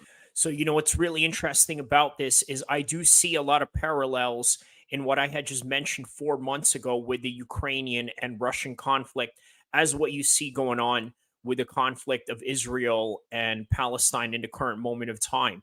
So, yeah, I just thought I want to continue on this reaction to this video and try to compare and contrast what we have with the current moment of time in the world conflict as opposed to how the world looked just a few months ago as a little recap with this video that I had made. Which can affect your methods and can affect your strategy going into the battlefield. Whereas with the Ukrainians, you could argue that even though they have an element of scatteredness in their military as well, you can also argue that they have a little bit more of an organization because obviously they have the help of the United States, they have the help of the United Kingdom, they have the help of all these NATO countries that have an invested interest in that region and to somehow stop Russia. So there's a little bit more of an organization in that. But at the same time, if you really are one of those people that, let's say, hey, why is he talking about all these things that are going on in these parts of the world or this and that? Isn't this an MMA show or this and that? Well, okay, I'm going to tell you how this relates to any of this, right? Because yes, you can say that the Ukrainians are a lot more organized based on the international help that they have in the battlefield. But it seems that in the one-on-one competition of fighting, one can argue that, hey, you know what? A lot of these Chechnyan Russian guys, in particular, the Chechnyan Russian Muslims, are the ones that are dominating the UFC. Now, can you say that about other Russians? Not so much, because it's not the era of Fedor Emelianenko or Oleg Takov, one of the original fighters in the early UFC days when it was bare knuckle, one of the first Russian champions to win the tournament in that particular era of the UFC, right? It's not so much of the, well, how do I say this? The Christian Orthodox Russians that are dominating the sport now. It's mostly Chechnyan, Sunni, Salafi-minded fighters from the Caucasus regions that are dominating. And you know what? One of the problems that they have going on is that a lot of people have a hard time trying to sign fights with them because nobody wants to fight them. Well, for one reason or another. Here's one reason. For one, a lot of Dagestanis, if they're not in Khabib's camp or they're not in any kind of affiliation with a famous fighter or a famous gym, it's very hard to go out there and risk the rank that you worked so hard for and the position that you have in the company of the UFC to somehow get knocked down a notch by an unknown name Dagestani that's just going to wrestle you to the end of the final bell. And so something that I really wanted to bring up with that particular topic, right? When I had that conversation with Zayn Musa boxing, he often mentioned that boxing is more like a business where one of the things that he highly rates about the UFC is that the best constantly fight the best. And that's true for the most part. However, there is still an element of ducking and dodging when it comes to matchmaking that happens in the UFC. Right now, obviously, most guys are going to be forced to fight because of just sheer financial motivations alone. But with everything else, it's like, I mean, you're not always going to get all the best fights because sometimes guys get injured or they're just going to make some sort of excuses about it. So, more on this video that I did 4 months ago. And by the way, guys, don't forget to like and subscribe if you had just joined us right now. Here's the thing. It's not the biggest like risk reward factor that a lot of these fighters can take. So this is the reason why a lot of these fighters have a hard time taking fights. But then the problem with that is you have criticism from people that are not in the business or people that are not in the field of management or people that are not in the field of sports negotiations. And they don't understand that a lot of these guys have a hard time getting fights. Makhachev is one of those people in that aspect. However, one thing about Makhachev that's interesting is that he's managed by the same manager of Conor McGregor, which is none other than El-Kheer. And why I find that fascinating is because El-Kheer is the type of guy that can really do a lot of things for not only McGregor, but also the other clients that he has that networks from the NHL to the NFL to the NBA to all these different avenues that he has with college sports. Because obviously, before Audie was a big time lawyer in LA, he was a UCLA linebacker during his college football days. Yeah, so big shout outs to El-Kheer and that. One of the top managers of the mixed martial arts game, but not just that, the entire sports world altogether. I think El-Kheer runs LA if you really think about it. And I'm talking about the manager of Conor McGregor. So, with that in mind, I want to tell you guys about Muhammad Makhachev, right? He's also another one that's managed by El-Kheer. So he's got a matchup going on with Tim Elliott in UFC 294. And I think that's going to be a great matchup, considering that Muhammad Makhachev is in just the absolute prime of his career right now. He's developing into the prime of his career, rather. And Tim Elliott is this savvy, experienced veteran, but also has all these problems going on outside of the cage, which I think could vehemently affect him going into this fight. So, moving on. A little interesting fact to know about that guy, which is the reason why he has so much influence in the world of sports. And how about the fact that El-Kheer was recently the guy that was narrating the majority of Conor McGregor's recent documentary that's now released out on Netflix. So once again, this is the type of guy that Muhammad Makhachev has behind him. Now, even with that, even with the marketing machine. By the way, I was shouting out Conor McGregor's Netflix documentary there. Shout out to Conor McGregor finally jumping into the USADA pool. I might have to go make a separate video on that and different topic, but nonetheless, it's great to see Conor back in the pool and possibly fight within these coming months.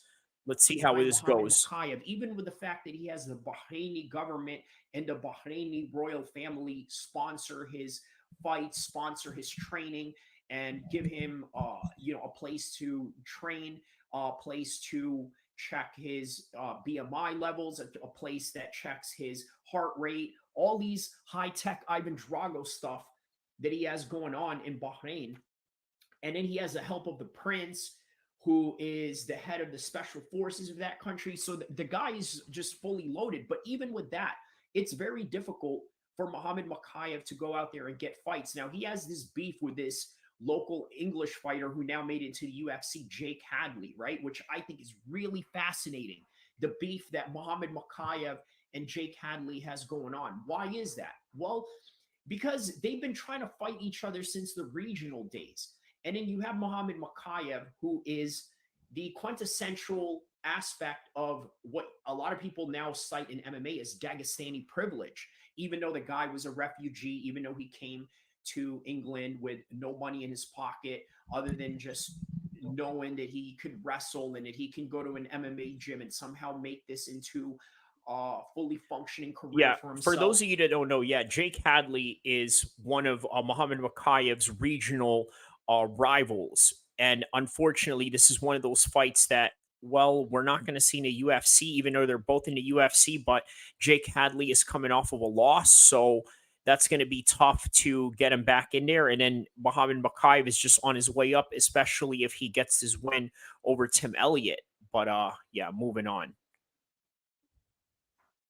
Okay, and even though that he was able to earn these sponsorships that I had just mentioned and all these management teams that are behind him, nonetheless, he is the quintessential opposite of somebody like Jake Hadley. Now, Jake Hadley had to fight his way through the regional scene, had to start his pro career a little bit earlier, whereas Muhammad Mokaev was in this position to where he was able to train and compete in Bahrain and have all these different entities back him up. But again, even with that, it's very hard to match up Muhammad Mokaev. Now, let's go to Khamzat. Why is he hard to match up? Well, for the same reason. He's hard to match up because, once again, I'm telling you guys right now, he has a visa issue going on, which I think affects his travel to the United States. Now, I don't think that he's banned from coming to the United States completely, but I think that for him to come into a summer card that they have in, let's say, Canada, UFC 289, and in UFC 290 in Vegas, and in UFC 291 in where they have UFC 291, I believe Utah, right? For him to come to the United States and do some of these summer cards, he has to have his visa. And it's not that he can't get in here, but he may not be able to get in here maybe after the summer because of the processing that has to take place with visas and immigrations and custom border agents and things of that nature. Whereas they could just easily throw him into an Abu Dhabi card in October and just call it a day. Yeah, call it a day. And that's literally what they did right there, was call it a day. They gave him that shot to fight in Abu Dhabi because of these issues. And by the way, which led me to making this video of Khamzat Chimaev becoming an Emirati citizen. And I'm going to react to it right now. I'm going to show you guys this video instead of making you guys go to the video and actually watching it yourself. I'm just going to, yeah, I'm going to show you the video that I did here. What is this? Keefe Deegan. Okay. Where is the Khamzat video that I made about? I'm going to go back to that video. Don't worry. I'm going to replay that. I'm going to continue playing that video, but I'm going to play this one instead. Once again with another one. This time we're going to talk about Khamzat versus Paulo Costa in the upcoming pay-per-view of UFC 294 live in Abu Dhabi, which is going to be great because if you're watching it in the West Coast like I am, well, guess what? You're going to be able to watch it in the morning time and then have the entire Saturday to yourself, or maybe watch other fights that are going on that day.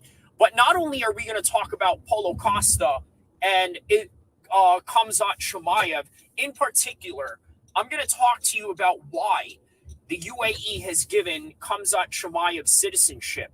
And it has a lot to do with being able to fight in America. And of course, it definitely has a lot to do with his friendship with none other than the Chechnyan dictator, Ramzan Kadyrov, who is also, by the way, if you guys are a little bit illiterate in the geopolitical sphere of things, is an ally of Vladimir Putin. I'm going to go into a little bit of history with Ramzan Kadyrov in a little bit and how all it is ties. But as you know, a lot of it has to deal with Ukraine and the conflict going on over there and the lines that are drawn in the sand with the United States on one side and Russia on the other side, and then with Ukraine being an ally of the United States and Russia right now being a contrasting interest to Western counterparts.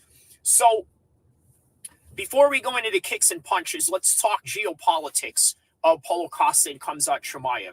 By the way, this is one of the things that I love about the type of content that I do. Not only do I talk about the kicks and punches that deal with the fights, I also talk about the geopolitical aspect of things that deal with MMA, along with the religious component that deals with these fighters and the mental breakdown. Well, not mental breakdown, but the mental analysis, rather, because mental breakdown doesn't really sound all that good, but neither here or there. Yeah, it is one of these situations where I'm giving you a full spectrum of information from different disciplines and different angles of different subjects. So I hope you enjoy it. So Khamzat Chimaev has been granted citizenship in Abu Dhabi. Now, what exactly does that mean? Does that mean that he gets the same rights and privileges as, let's say, a regular, normal Emirati that is born local, native, and has a passport in that particular land? Well, my answer is probably not. And in only by paper, he is an Emirati citizen. And what do I mean by the privileges? Well, maybe perhaps he's not going to be able to buy a building off of an Emirati if he wishes to, if he ever gets to be in that type of level of money where he can just buy buildings, sort of like what Floyd Mayweather does. I think the guy goes out and buys buildings and businesses and whatnot and everything in between. But those are some of the things that he can't do. Another thing that he can't do, he also can't, let's say, run for public office.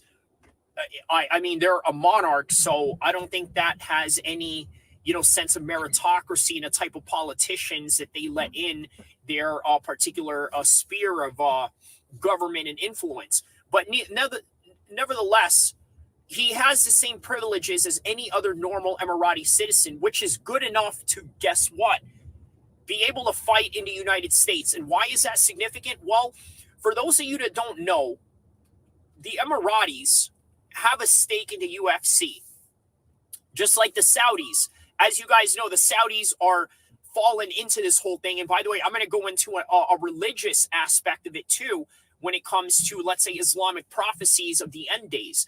I'm going to go into that in a little bit, along with Ramzan Kadyrov and his history.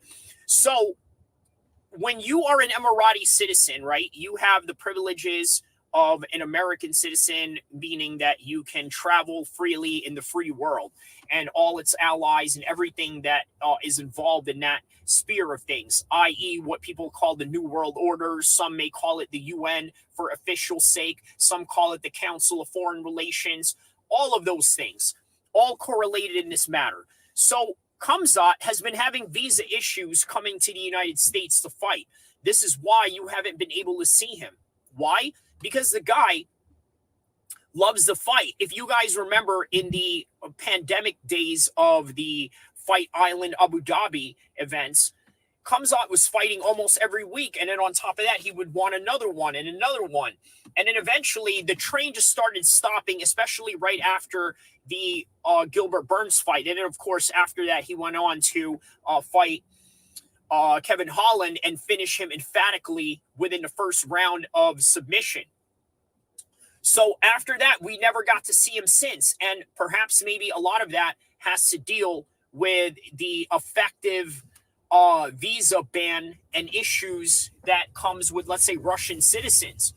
So he says he no longer wants to rep Sweden. Part of the things that he says is because they are a highly socialist country to the point where they do tax you heavily.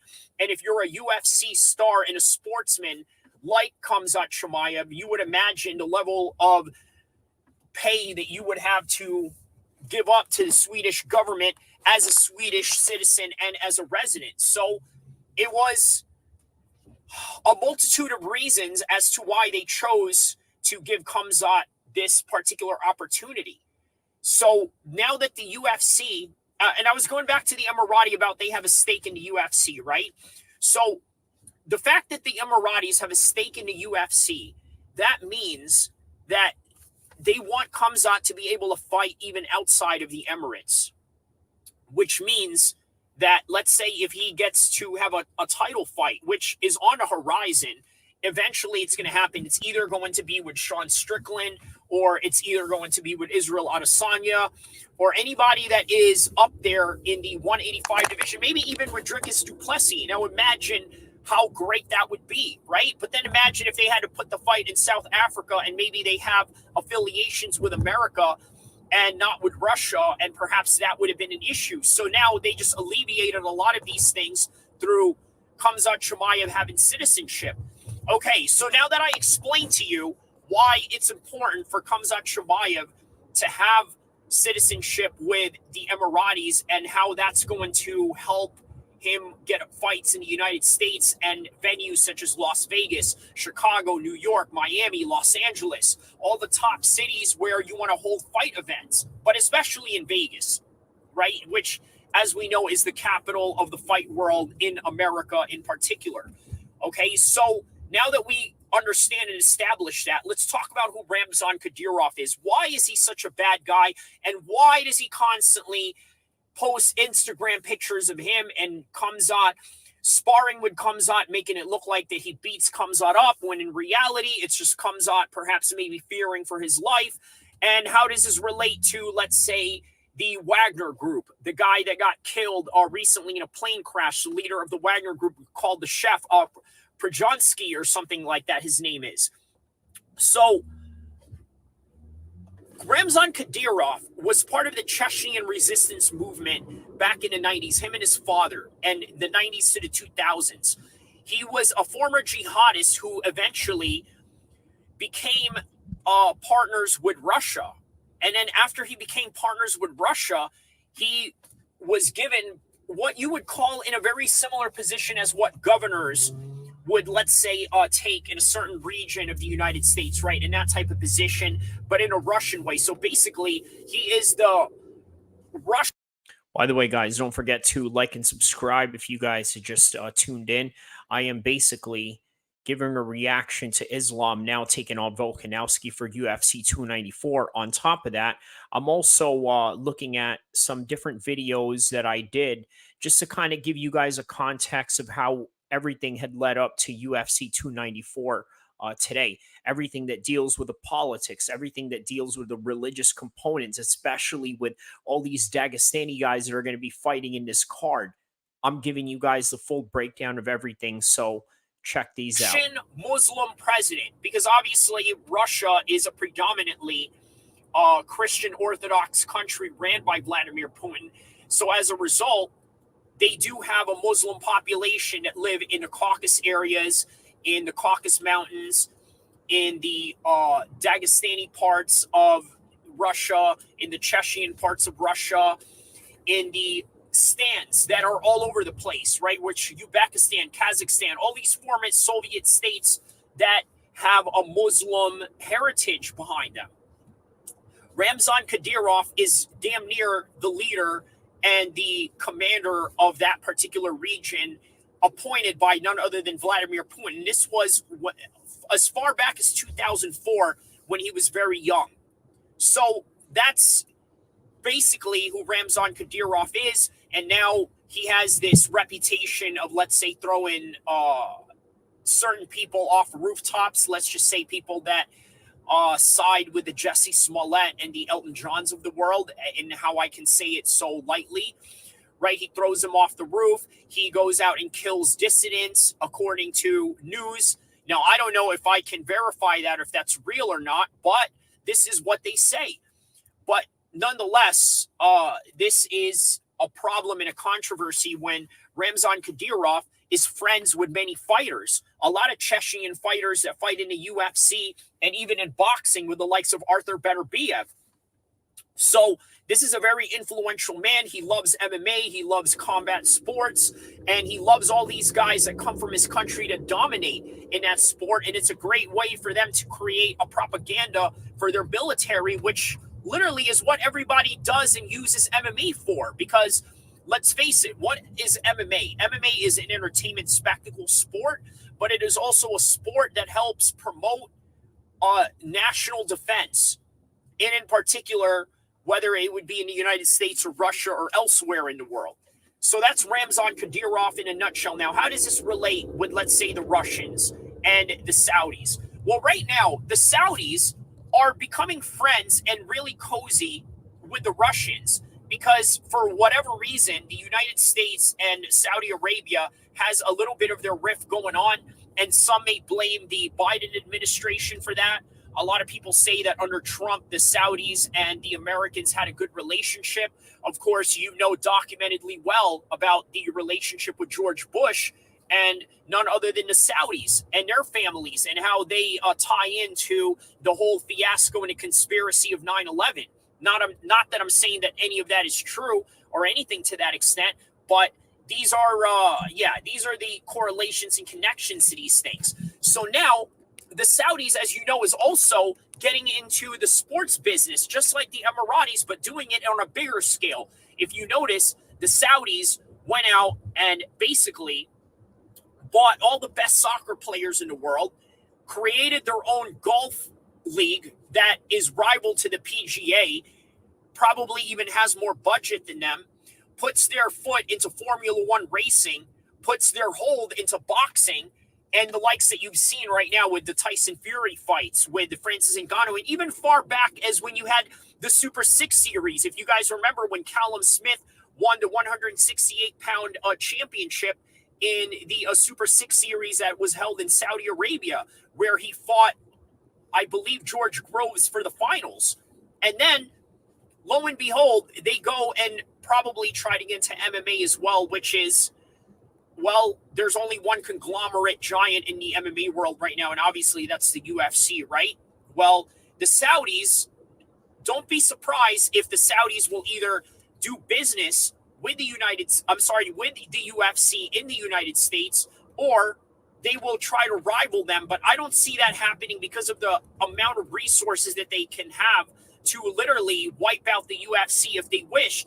So what I think is going to happen is perhaps maybe Dana White is going to try to cozy up with the Saudis just as much as he cozies up with the Emiratis and tries to build a relationship there, because guess what? There's one thing that you got to learn about business, right? And I've heard this from the YouTuber Jesse on Fire, who, by the way, constantly shouts me out in his shows, reads all my comments every time that I'm there. He says something to the effect that you cannot have enemies in business. It's not conducive to your gains that you're trying to make in the business world or whatever it is that you're trying to do. So therefore, he feels that this is not the right path. And I believe that any smart businessman such as Dana White would probably take the same decision in terms of whether they want to make enemies with the Saudis or not. And what's the proof of this? You look at the Francis Ngannou fight, they're not even opposing that. They're not talking down on it, because usually if Dana White sees a fighter that gets out of a contract,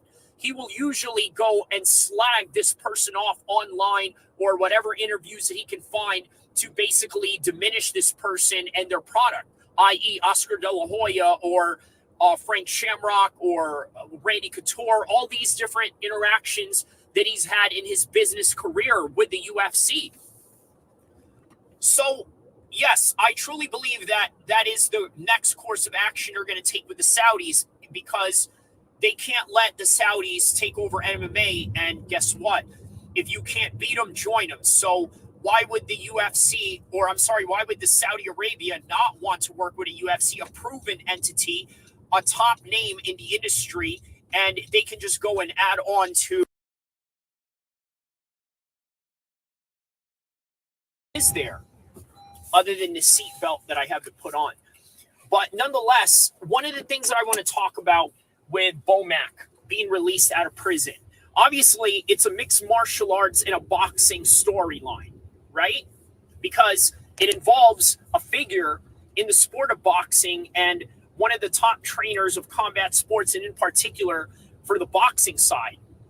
But more on that, you guys know that this is more than just a fighting channel or a sports channel. It's a sports channel that talks about the political aspects surrounding it. Whereas you have with other sports entities and other channels out there that have, let's say, a soccer page or a mixed martial arts page or a boxing page.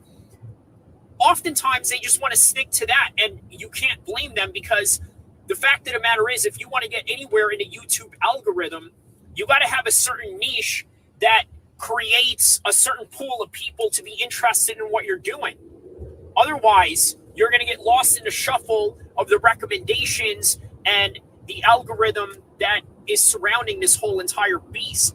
So with that in mind, one of the things that you got to understand about Bo Mac's arrest is that there is a political aspect to this, because obviously you guys know when I was looking at all the comments that the British people were saying about Bo Mac, they really wanted to throw the book at this guy in terms of giving him the swiftest penalty possible. Even though he meant no harm to nobody, and even though he had no intentions of, let's say, creating any hostility or any terroristic attacks or any gang-related incidents to which a place that he barely knows anybody, right? Because I can tell you, yes, is the UK hood in terms of the way that they have gangs, the way that we have gangs in California and New York? Do they have drug groups or drug cartels the way that we do out here in the Southwest, as well as anywhere else in the planet, such as Colombia, such as Mexico, such as Brazil? Yes, they all have that. The difference is that we're talking about two societies that have a different outlook on just everything in general. For one, the mask mandates that have gone on in the UK, right? I think it's safe to say that there's more UK people that are pro-mask and pro the you-know-what medicine that everybody makes you take, right? As opposed to America, way, guys, where don't forget to there was just more people that were just not willing to give into that. And that's just one way to really try to understand this dynamic of political spears that these two countries have going on. So you also got to understand that both of these countries have a different stance on how they look at guns.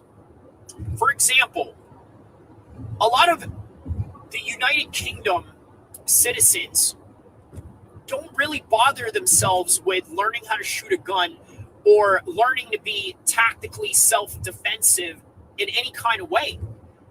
If they're a law-abiding citizen, of course, other than the criminal gangs, what are they going to do?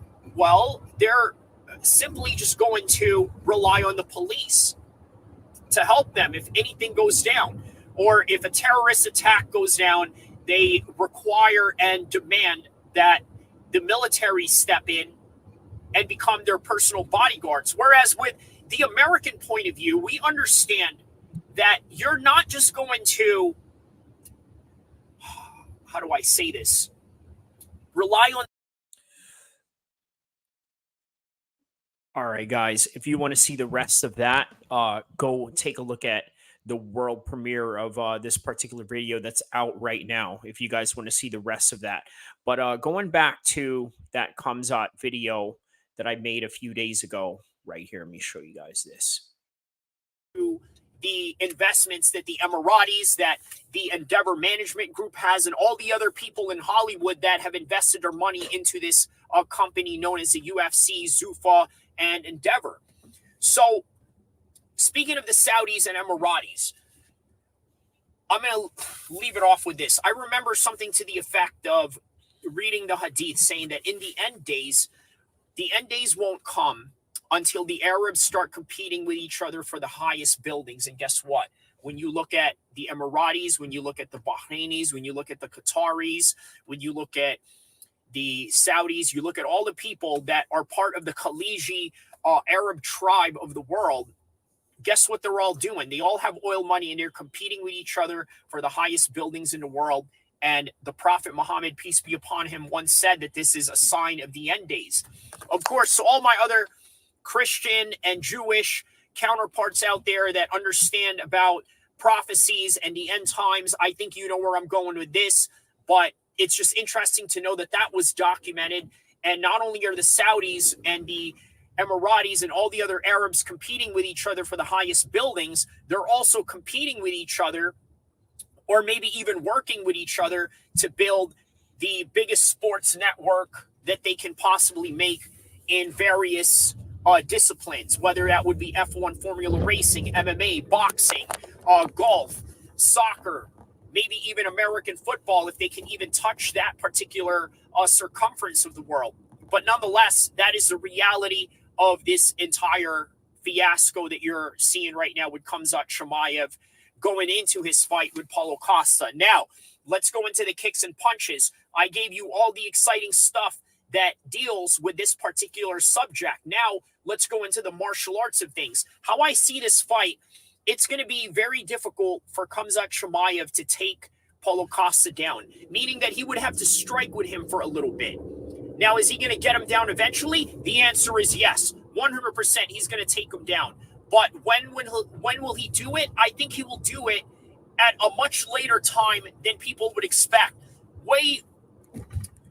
A whole lot later in the fight than, let's say, Kevin Holland. That's for damn sure. I think that Paulo Costa has great takedown defense. He's got decent striking. Khamzat Chimaev is going to have to walk in the line of fire with Paulo Costa with the striking, but eventually he's going to get in there, close the distance, get his takedown, and eventually grind him out to a submission or maybe a ground and pound finish. That is my official prediction for that fight.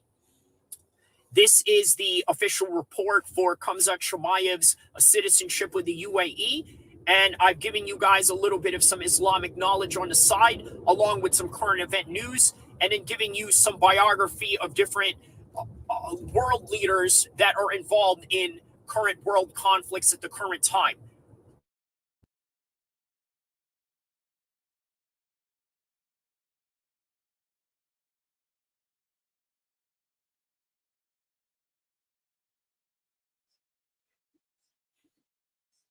Right? But even before that, they had to really fast track Khamzat to the top in terms of fighting somebody like Gilbert Burns, because nobody wanted to fight him. And this is the same problem that a lot of these guys have going on. Now, is the quote-unquote aspect of Dagestani privilege real? I hear MMA Guru and MMA Joey, all these other MMA content creators on YouTube talk about it. There's a reality to it, but then there's an exaggeration to the narrative that they're trying to spew. And what do I mean by that? Well, the truth is that if you're a Dagestani fighter, or if you're a Muslim fighter, never mind just Dagestani, if you're somebody like Ottoman Azaitar or Bilal Muhammad or Taha, you know, all these guys that are fighting in the UFC, right? Just being Muslim alone, it does lend you a certain privilege the same way that you would if you were a British fighter. Why? Because there's just a certain fan base that are just going to get behind their guys. And we've seen it tonight in the Irish boxing card with Katie Taylor and Chantel Cameron. You've seen how they came out and supported their people. I mean, a lot of the Irish guys in that card tonight, they all got banged up, right? I mean, Cully got banged up by that Jose Jr. guy, which was a shock in and of itself. And then you had Katie Taylor losing. And then you obviously had that McFarlane guy, one of these heavyweights in the earlier cards, lose in the Celtic heavyweight championship, which I think is the same championship that Tyson Fury had held during his regional days. But nonetheless, that's what I'm trying to say, is that there's just certain fans that are just going to ride for their team or ride for their people. And it just so happens that if you're a Muslim fighter, you're just going to get that privilege. So yeah, do they want to see these guys get to the top really fast? Yes. That's one aspect of it. The other complicated aspect of this is the fact that you just can't get these guys fights. Nobody at 135 wants to fight Omar Nurmagomedov. Nobody at 145 really wanted to fight Zabit when he was active. And then Khabib, on his way up, they basically used him as a negotiation ploy or some kind of negotiation bait to try to get McGregor to fight for a double championship in New York against Eddie Alvarez, where it was supposed to be Khabib for a long time getting a shot against Eddie Alvarez, going back to the days of when Anthony Pettis was champion. So this is just the problem that they have. The reality is that these guys come from one of the toughest regions in the world. And not only did they come from one of the toughest regions in the world, they also train very tough with no mercy and no negotiations to social justice or negotiations towards taking it easy or having an easy day or this and that. I mean, these guys, you want to talk about a David Goggins style of training. I mean, these guys in Dagestan and in Chechnya, they are David Goggins to the max. And you can't deny that. You see that in the way that they fight. Now, why do I say that? And why you can't deny it in the way that they fight? A lot of these guys, they know how to grind, which means they know how to wrestle. And when they know how to grind, they know how to control a fight. And not only they know how to control a fight, they train to constantly win positions. If you guys have ever been to San Jose where Khabib trains at with Islam, with Umar, with the other Nurmagomedov that got into that street fight with Khamzat, all these guys, the one thing that they know how to do better than anybody is constantly win positions. All right, guys. So I think we're gonna call it a night for that one. I want to thank you guys for taking a look at this reaction. Obviously, I started out as a reaction video, then I went on a tangent with these different videos that I'm showing you as some sort of example of some things that I'm talking about, but they are my videos, so they can't copyright me for that. And plus, I'm reacting to them in any kind of regard. But nonetheless, if you want to check this out in its entirety, check out Haney versus Lomachenko full fight review. Russian Muslims versus the World UFC roster, which is what you're going to see in the upcoming UFC 294 fight with none other than Islam Makhachev defending his UFC World Championship against none other than the 145-pound UFC champion, Volkanovski, for the second time, getting his second chance at becoming double champion in the most unprecedented ways in the history of the UFC. I don't know anybody who's ever had 2 title shots in the same year for a double championship opportunity. Volkanovski is the first man to do that. That in and of itself is an accomplishment, whether he wins or loses this fight. But nonetheless, don't forget to like and subscribe, spread my content to all MMA fans or non-MMA fans, and enjoy the rest of your week.